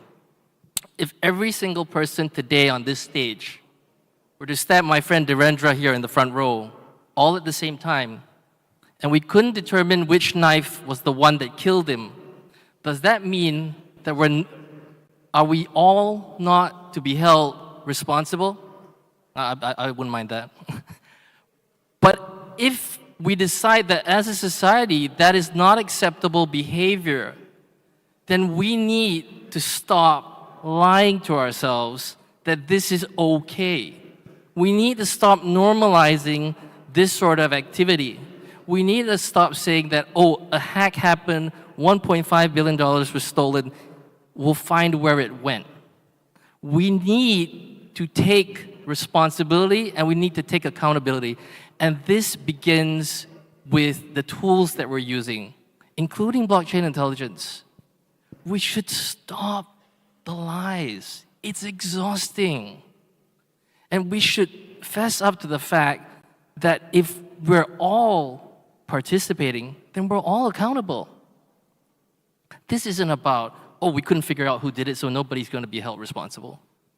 And until and unless the societies that we run start holding the people who are jointly and severally responsible for these actions to account, nothing is going to be done.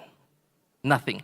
A year from now, we will be standing on this stage, this very same stage, and it will be a $10 billion hack. It will be a $20 billion hack. They would have funded rockets bought by terrorists. We have to start recognizing that this isn't an intractable problem. It's just that we currently lack the desire to fix it. Thank you. Thank you, Patrick. I just want to say that crypto and blockchain, from supervisor perspective, has been getting a lot of bad news about bad guys, all of these failures. I think from supervisory and regulatory perspective, we should start thinking about this, not emerging anymore, but the technology, not as a threat, but our biggest ally to build a sustainable, resilient risk management, identification and control management system. So just, I think that would be my point of view about this. Thank you. Thank you. Can I also add a quick note, basically following up on what you just said? I think transactional transparency is something that can actually turn the table around when it comes to crime, not only detection but also prevention. And what we as a firm are focusing on is actually moving from investigative tools that look after the fact and try to follow funds in a way that still is unprecedented in the world of cash. And I'll come back to your questions after this. We need to move into the preventative space and use the transactional transparency to prevent attacks from happening. And I'm talking about cybersecurity risks, I'm talking about real-time cybersecurity on-chain threat detection systems that prevent things like the Bybit hack. I'm talking about stopping transactions from going to illicit actors in the first place rather than just investigating that. And blockchain technology is the technology that allows us to do that very effectively. And we need to make sure we are not building the same financial infrastructure again. We are actually able to build a much better one. All right, then. Thank you. We appreciate the time you've taken to be here and to share your insights, and we look forward to continuing to collaborate. Thank you. Bye.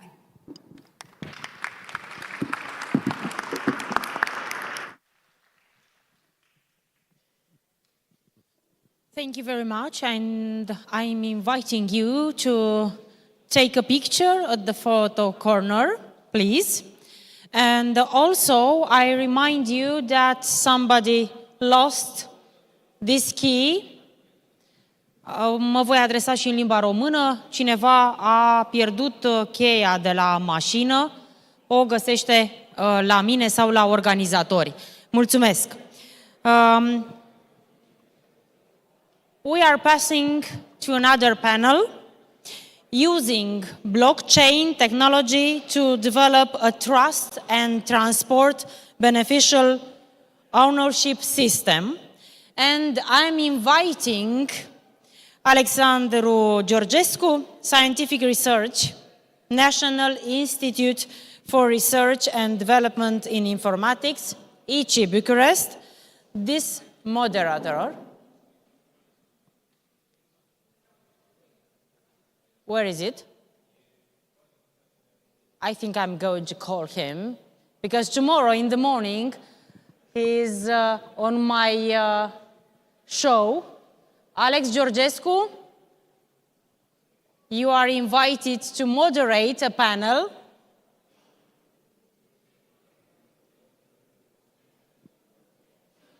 Okay, he's not here, so. He's coming.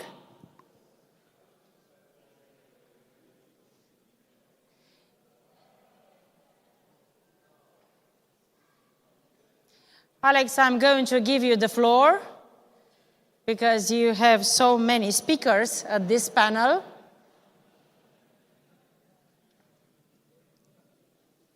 This is. Thank you very much. If I may. Yes. Thank you very much. I think it's working. It's working. Thank you very much.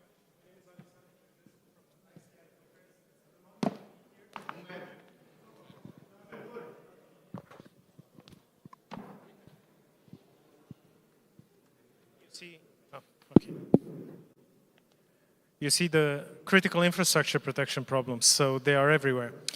Hello, my name is Alexandru Georgescu, and I represent ICI Bucharest. It is my honor to chair the final panel of this evening, so please bear with me. We have a very interesting session lined up for you with an interesting lineup of experts. So I'd like to invite to the floor Dr. Paul Gilmore, who is a senior lecturer in economic crime from the University of Portsmouth, the United Kingdom. So Dr. Paul Gilmore. I'd like to also welcome to the floor Diana Ștețiu, who is a managing partner and Web3 lawyer at Diana Ștețiu Law Office.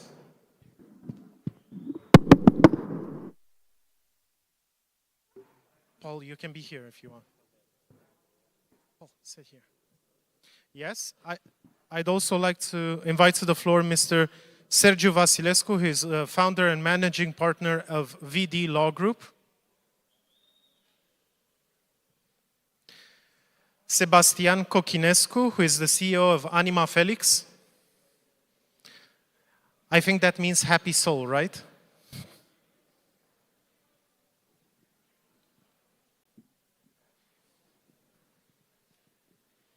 And last but not least, I'd like to invite to the floor Mr. Tommaso Didi, who is an information engineer for Hermes Bay, an Italian software company. Please, sir.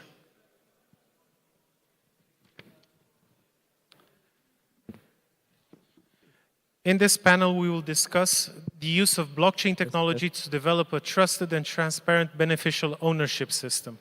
Basically, all throughout the day, we have discussed how blockchain can help in economic governance and other forms of governance, how it can be integrated into government processes, how it can ensure the validity of processes even when we do not have trusted intermediaries involved. And this panel also continues that trend. So I'd like to give each one of the panelists 30 seconds to present themselves, and afterwards we will have for each of them 3 minutes to send a main message or to address a certain topic, after which we will have questions from the audience. So I'd like to start with Dr. Paul Gilmore. Please, sir. Yeah, thank you. It's a great honor to be here. And I think one of the main challenges with any registry... Present yourself first. Oh, thank you. Yeah, so I'm Dr. Paul Gilmore, Senior Lecturer at the University of Portsmouth. A lot of my research focuses on beneficial ownership in relation to financial crime. So I'm particularly interested in the application of blockchain technology in registers and how that actually works in practice. Hello. Hello, everyone. Thank you for having me. It's a great honor to be here today. And congrats for the event. Like always, Ichi rocks. My name is Diana Ștețiu. I'm based in Bucharest. I've been in the Web3 space for a couple of years now. In 2024, I had the opportunity as a Web3 lawyer to advise one of my clients in the application license under MiCA. We applied in the Netherlands in 2024, which makes me the first lawyer from Eastern Europe who has applied for a MiCA license, and we are about to get our license. Hi, good evening everyone, and welcome to Bucharest. My name is Sergiu Vasilescu. I'm managing partner of VD Law Group, which is an international law firm focused on new and emerging technologies. We assist from small clients to global leaders, global exchanges, operating in 6 countries. We are here since 2017 and still believing in the industry, in the power of the technology. We are not here only for the technology, but the technology is amazing, and I think we haven't seen anything yet. Thank you. Sebastian. Hello, everyone. Thanks for having me again. My name is Sebastian Cochinescu. I'm the CEO and founder of Anima Felix startup, and I'm a serial entrepreneur. My previous startup worked with blockchain technologies for NATO, and I'm happy to be here, and I'm happy to see that nowadays to say that blockchain is finally mainstream, it's an understatement. So happy to see this happening finally. Hi everyone, thank you all for the invitation. My name is Tommaso Didi.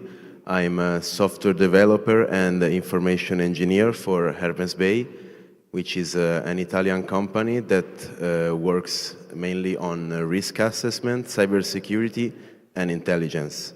And we have many type of clients that go from state institution to big and small private companies. And I'm very glad to be here. Thank you. Thank you very much. I'd like to give the floor to Paul Gilmore now for 3 minutes for an allocution regarding his main interests or the main message he wants to send to the audience. Yeah, what is beneficial ownership, transparency? How do we implement that? We know governments are keen to enhance the transparency of companies and ownership to ensure that those who ultimately own or control company assets or legal arrangements don't abuse companies. But the problem with a lot of centralized registries and systems is how do we share that information? How do we ensure that that information is secure?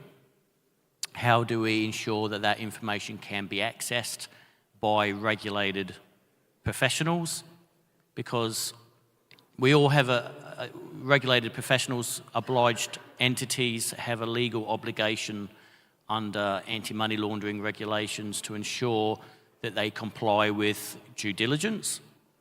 So any system that relies on collecting records and disclosing company ownership, it has to be effective. And at the moment, we don't have that. We have centralized repositories, basically, is what they are.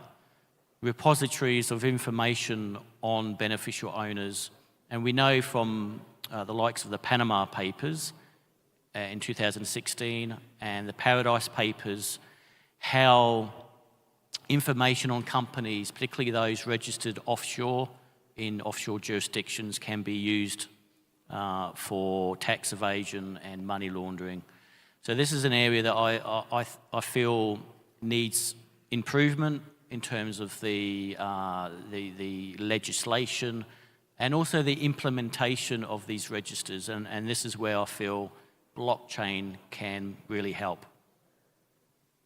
Thank you very much. You actually saved some time there. Congratulations. Diana, please.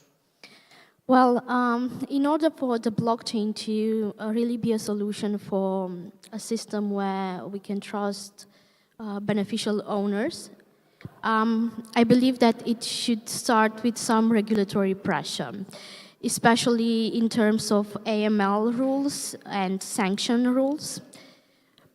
Because we have seen that banks are spending billions to do KYC and still they are missing the exact owner. So things could be of help by using blockchain, but we need at least 3 elements. We need regulatory pressure, we need industry collaboration, and a very well-defined use case for blockchain.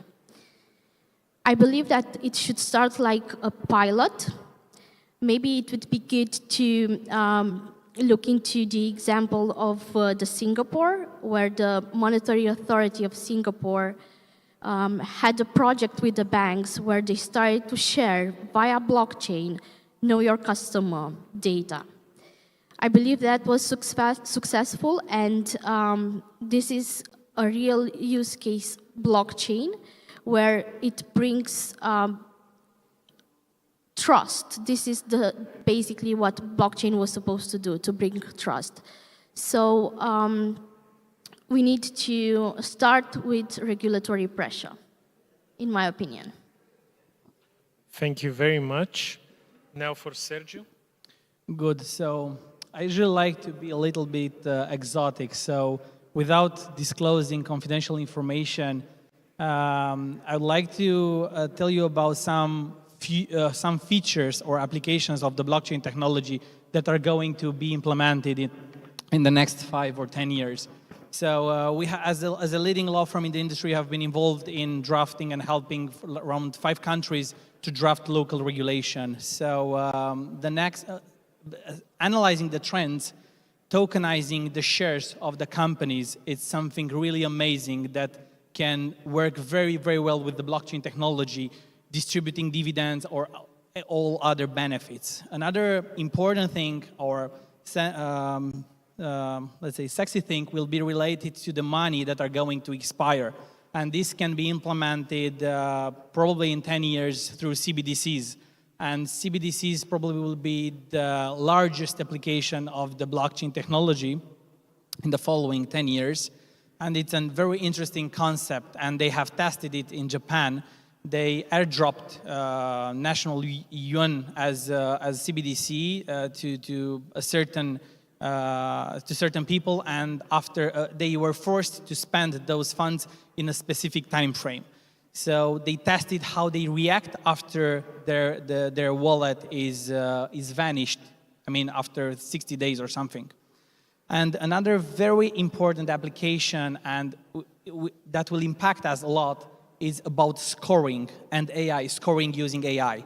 Personal scoring, it's a new trend in the following 15 years, and they will implement it more even in Europe, unfortunately, even if we have this MiCA regulation. But with blockchain technology, the risk associated with altering those data is very reduced. So even if we are going to have a personal scoring system, putting all those data on blockchain is safer for us. So there are some trends that we can stop, but we can mitigate risks that are associated with this, with those trends. And blockchain may help us to do this. Thank you. Thank you very much. Mr. Cochinescu, please. Well, I would like to underline the same thing that I'm saying all the time on blockchain, that there wouldn't be no blockchain without Bitcoin. So the term blockchain was coined in the Bitcoin paper, right? So we shouldn't forget that, especially nowadays when it seems that we are at the brink of a reset of the world financial system. We'll see how that will play out. And Bitcoin, I still believe, is quite a viable solution for some of the problems that are at the horizon right now in terms of financial stability of the world. Now, when we talk about central bank digital currencies or any other type of coins or blockchains separated other than Bitcoin, things are a bit more unclear or tricky. So I do think that the current financial system is long overdue for a change. However, I have no idea, and I'm long enough in this field to know when to say this, I have no idea how things will play out, but I do believe that Bitcoin still is a viable solution, both technically and financially, for addressing some of the problems that we do have right now. Thank you very much. Tommaso? Okay, so I think that in these days we have seen very much interesting innovation and the technologies in the digital field. And they are literally exploding, and they are more and more getting developed with time. So I think that I come from an engineering background, and I think that we have to very shift the perspective to the integration on the many technologies that we already have. And so, from a cybersecurity point of view, one of the main points that can be really enlightened up with the use of blockchain, I think that it's the information sharing. We know that with the NIS2 law, European law, it explicitly exhorts all the operators to take care of their info sharing processes, and blockchain really can change the game rules in that sense, because it provides an integrated solution that brings also the anonymization and tokenization of the information that, of course, that can encourage many companies to share without any fear the information on their incidents and all the indicators of compromise without the fear of being too much exposed and to have some kind of reputational, let's say, damage. Thank you. Thank you very much. So we've heard some introductory words from all of you. I'd like to exercise my moderator's rights and ask you the first questions, and this is a question for the entire panel.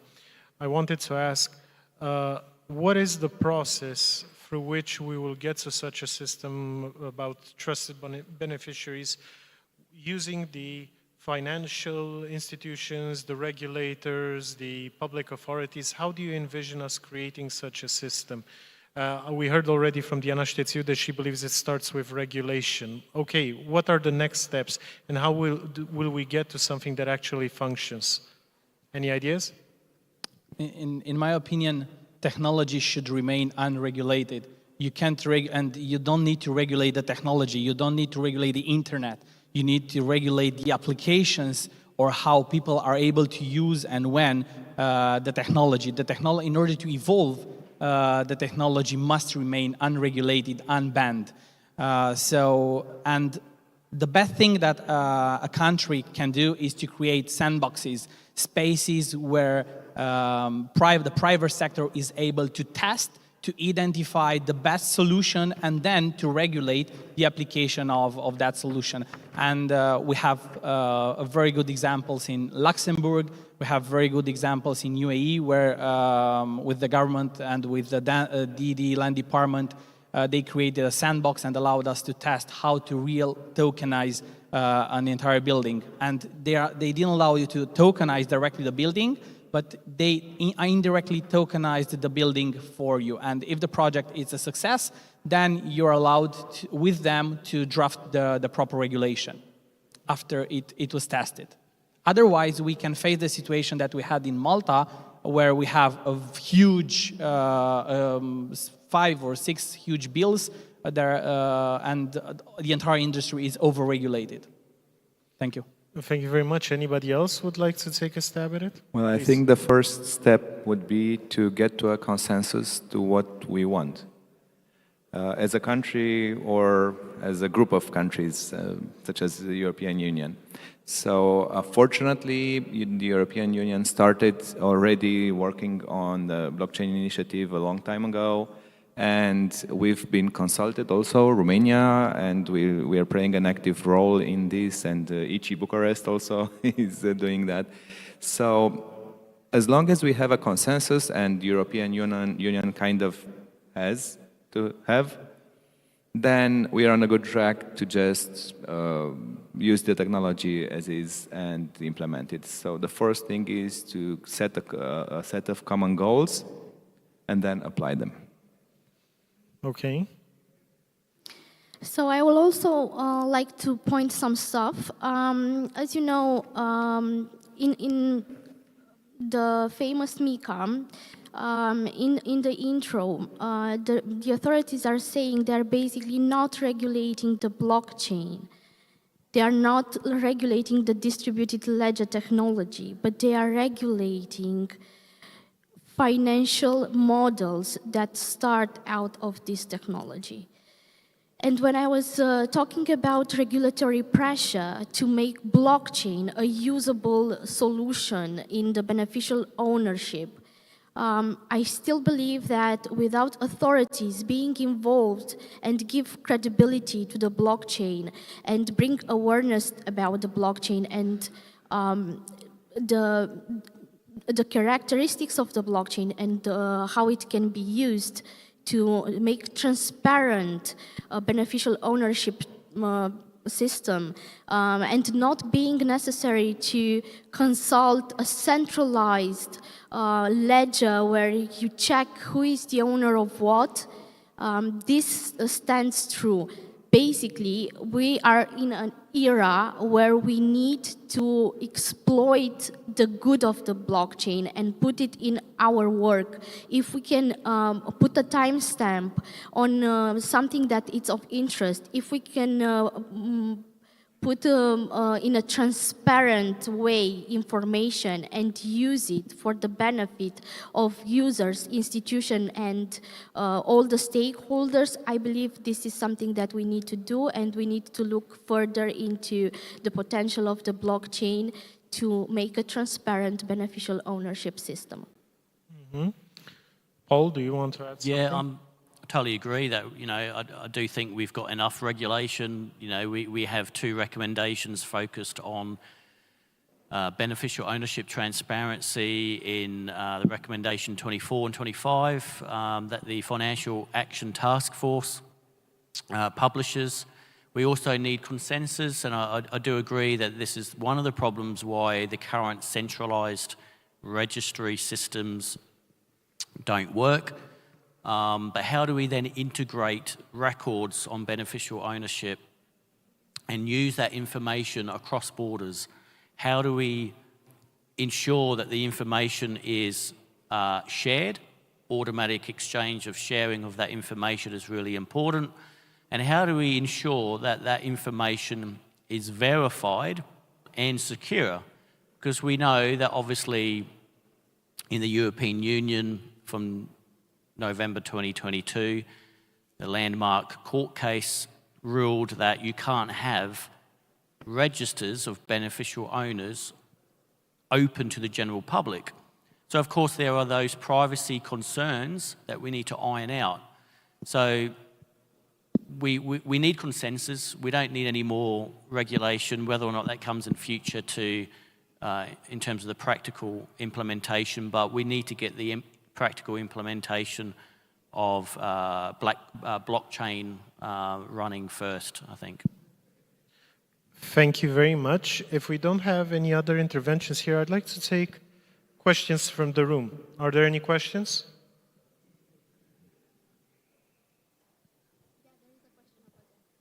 Please.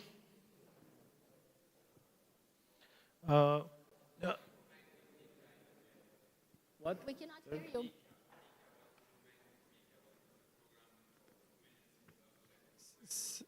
So I can take that. Thanks for the question. Basically, with all the negative side of this, I'm not very confident that we will be able to do a MiCA licensing very soon in Romania, but we are hoping. As far as I know, there are rumors that starting with July there will be a possibility, but this still remains under question. Meanwhile, because MiCA is an European Union regulation, I do advise anyone who is interested in being compliant with the MiCA to look into the Western countries who have financial models for a couple of years now, more advanced than our country, and regulation is also more advanced. For example, Netherlands is one of the best countries to obtain a MiCA license, in my opinion. They started in 22nd of April last year, so they are super, super advanced. They started to issue the license at the end of 2024 for some applicants. For the Romania, we are still waiting, and we hope to align with ESMA requirements, European Commission requirements very soon. Please. So actually, in Romania right now, MiCA is fully applicable. It's EU regulation, so it's directly applicable in Romania. The only thing that we don't have right now in Romania is the authority that is responsible to supervise the application of MiCA and also who will issue the license. There are only 4 countries left in Europe. It's Romania, Bulgaria, Portugal, and Belgium, and only in those 4 countries the national authority wasn't selected yet. I'm more optimistic regarding Romania because I think we will have very soon the authority that will be responsible for implementing and supervising the regulation. However, all startups and all companies that were operational by the end of 2024 are still able to continue to operate in Europe, in Romania, respecting the MiCA regulation under the grandfather period. So if you are a foreign or an alien, you can buy a Romanian company that was operational at that moment, and you can continue to operate. Or if you were here by the end of the year, you are able to continue only if you respect the MiCA regulations provisions. Thank you. Anybody else? Okay, do we have another question from the room? Please, sir.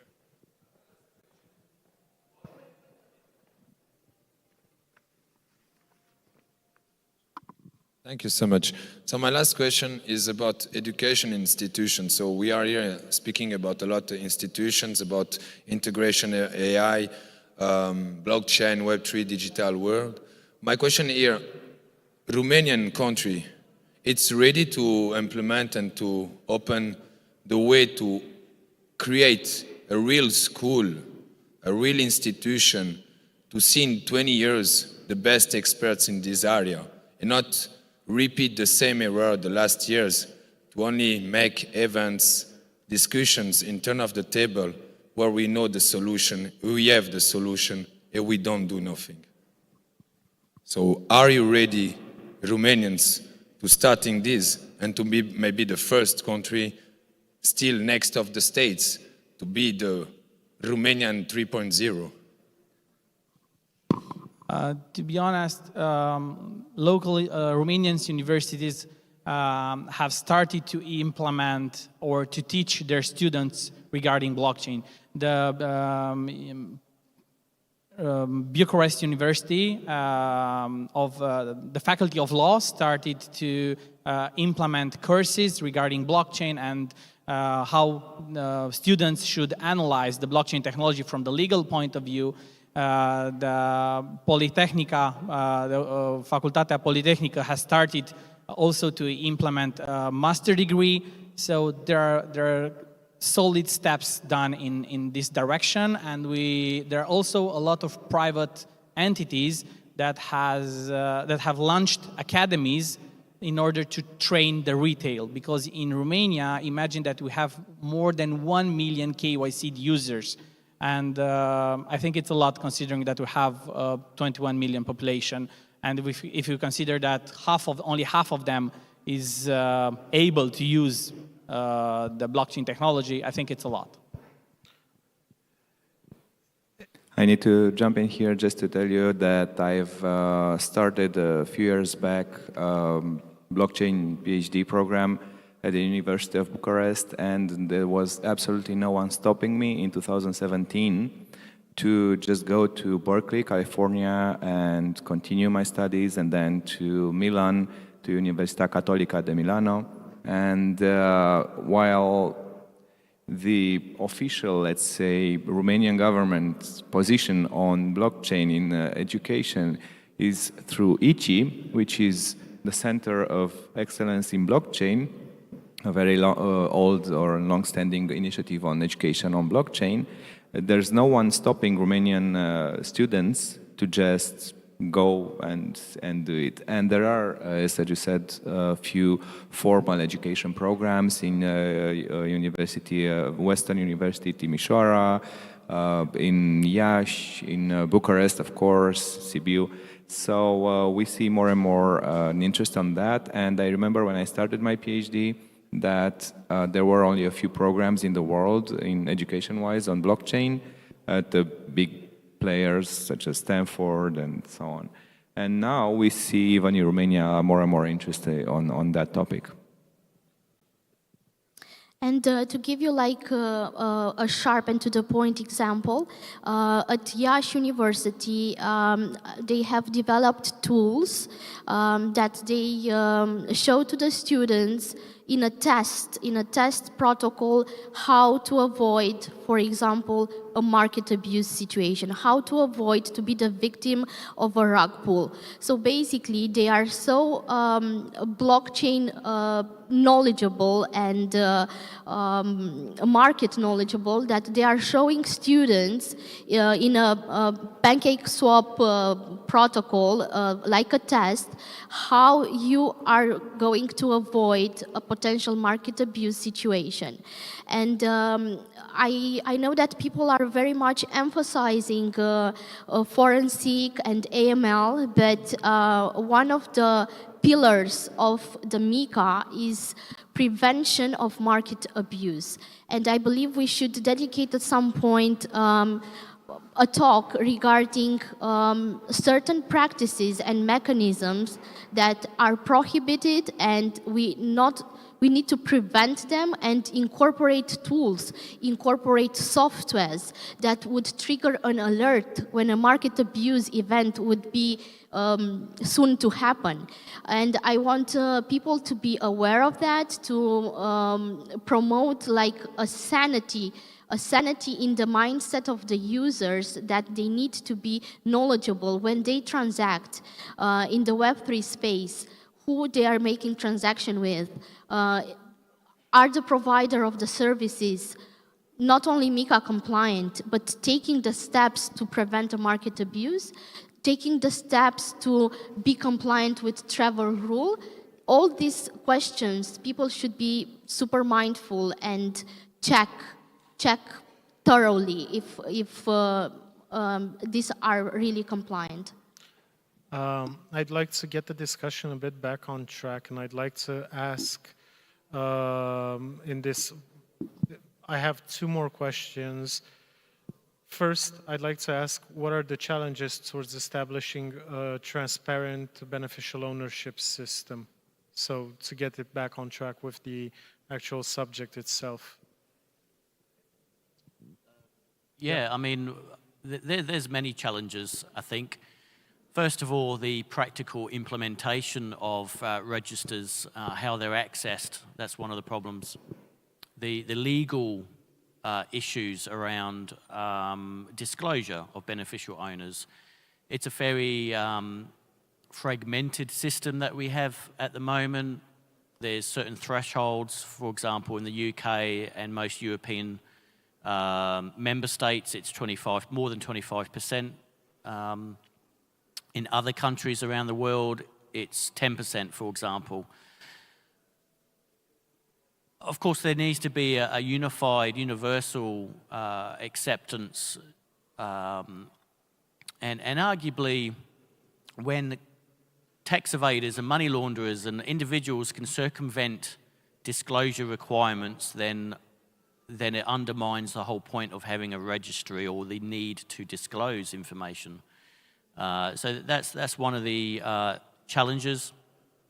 Clarifying definitions of beneficial ownership, I think is important, and also making sure that the registry systems are easy for the regulated bodies, to the companies, the accountants, the lawyers, and other obliged entities that have to comply. Bear in mind that money laundering compliance is a very costly activity, and we need to do everything we can to streamline and save costs where possible.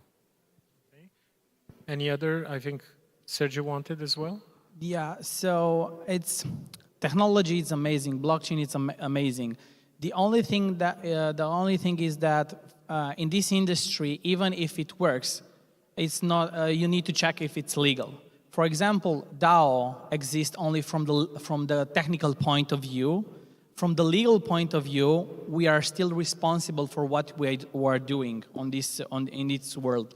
The only things for which we are not responsible are natural phenomena, wind, rain, and snow. And going back to the subject, it's the same. When you talk about ownership and property, even if we are able, from the technical point of view, to move an asset from one wallet to another, to seize the wallet, we need to be sure that that action it's not illegal.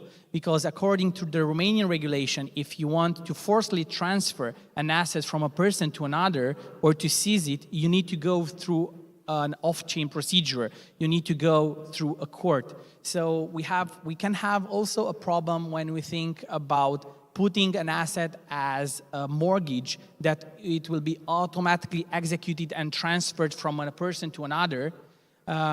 It can be done from the technical point of view, even if we agree that those terms and conditions.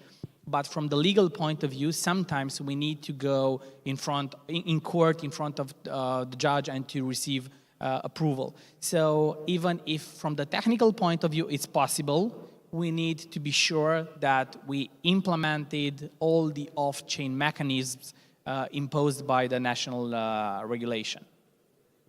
So in terms of challenges, I see 3 technical challenges. So the first one is, there's a saying in big data, garbage in, garbage out. So if you have bad data inputted, then you have bad data out. So in a blockchain system, then this translates into data integrity. So that would be one challenge, to check what we are actually adding to the blockchain. The second challenge is interoperability.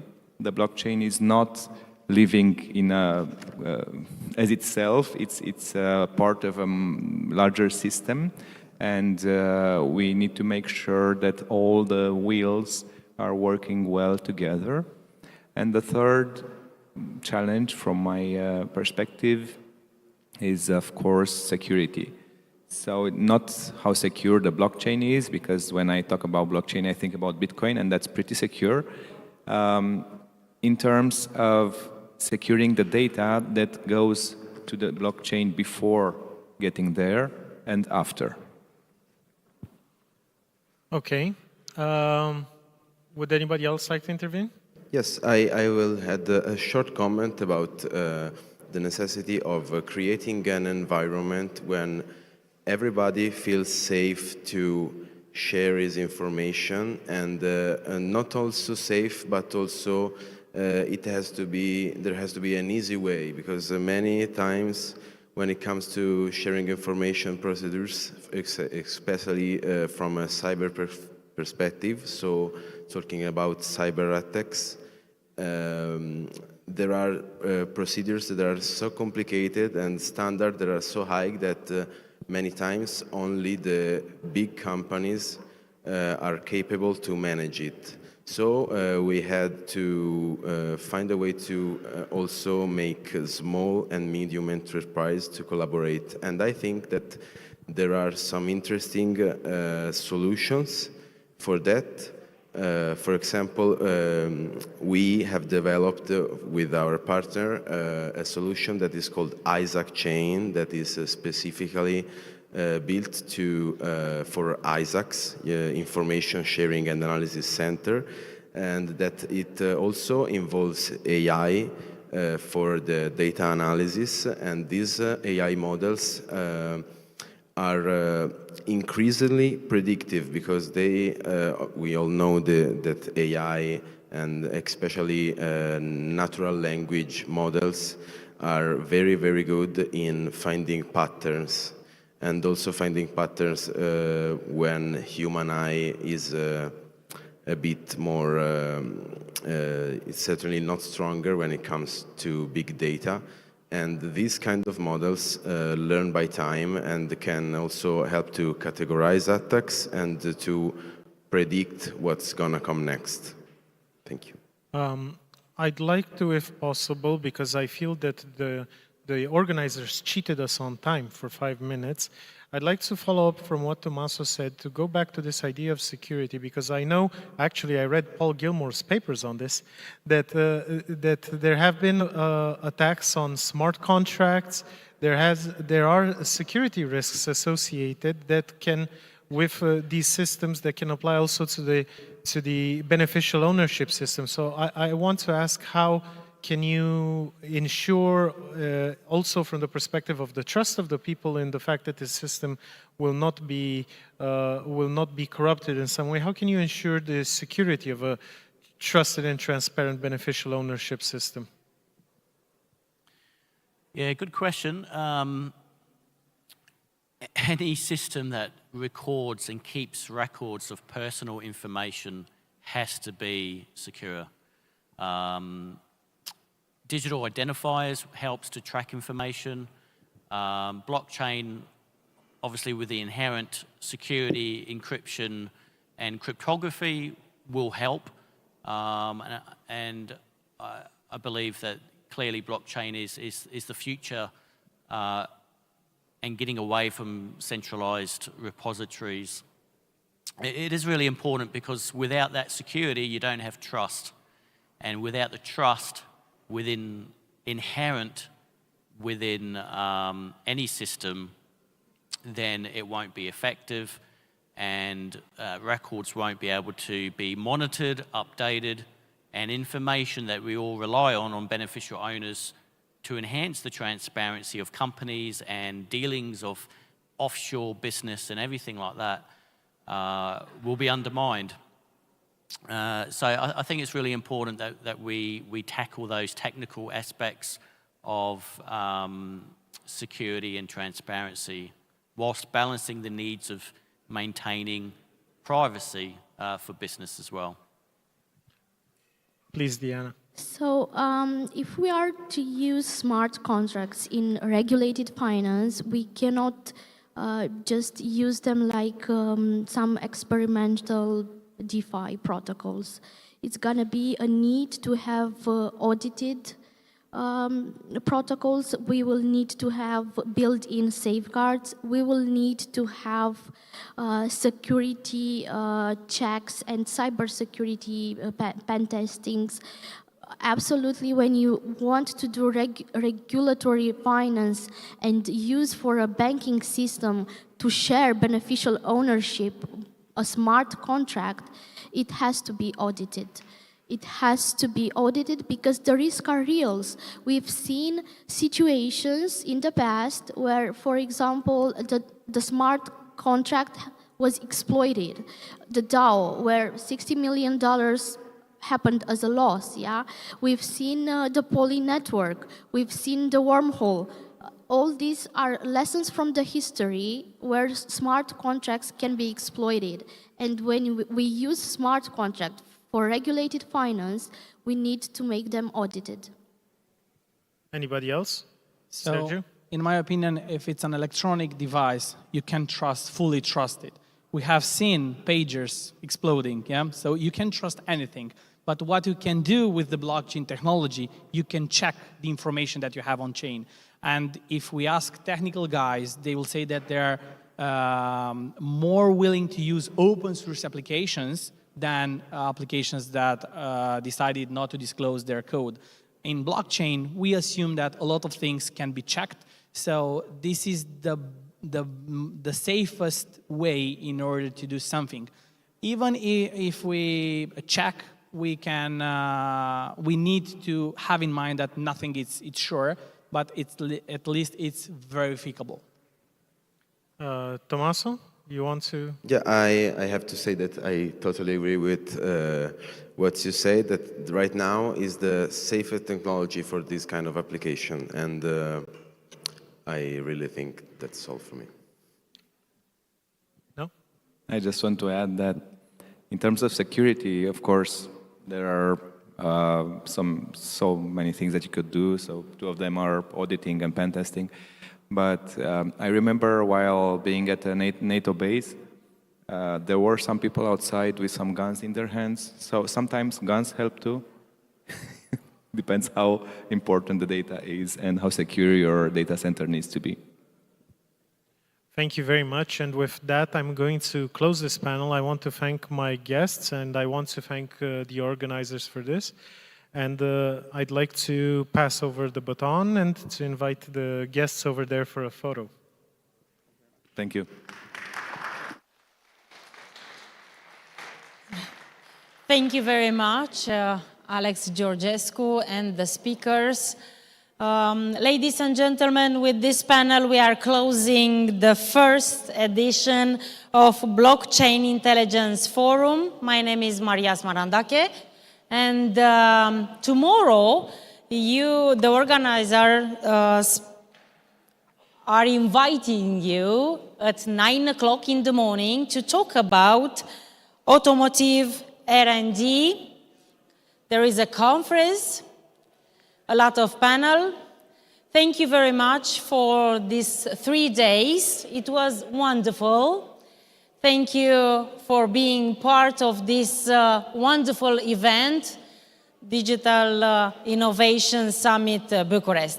Doamnelor, domnilor, eu sunt Maria Zmarandache, vă mulțumesc pentru că ați fost alături de noi în aceste 3 zile minunate. Ne vom revedea, eu cu dumneavoastră, la postul public de televiziune, principalul partener media al acestui eveniment. Să aveți o seară frumoasă în continuare.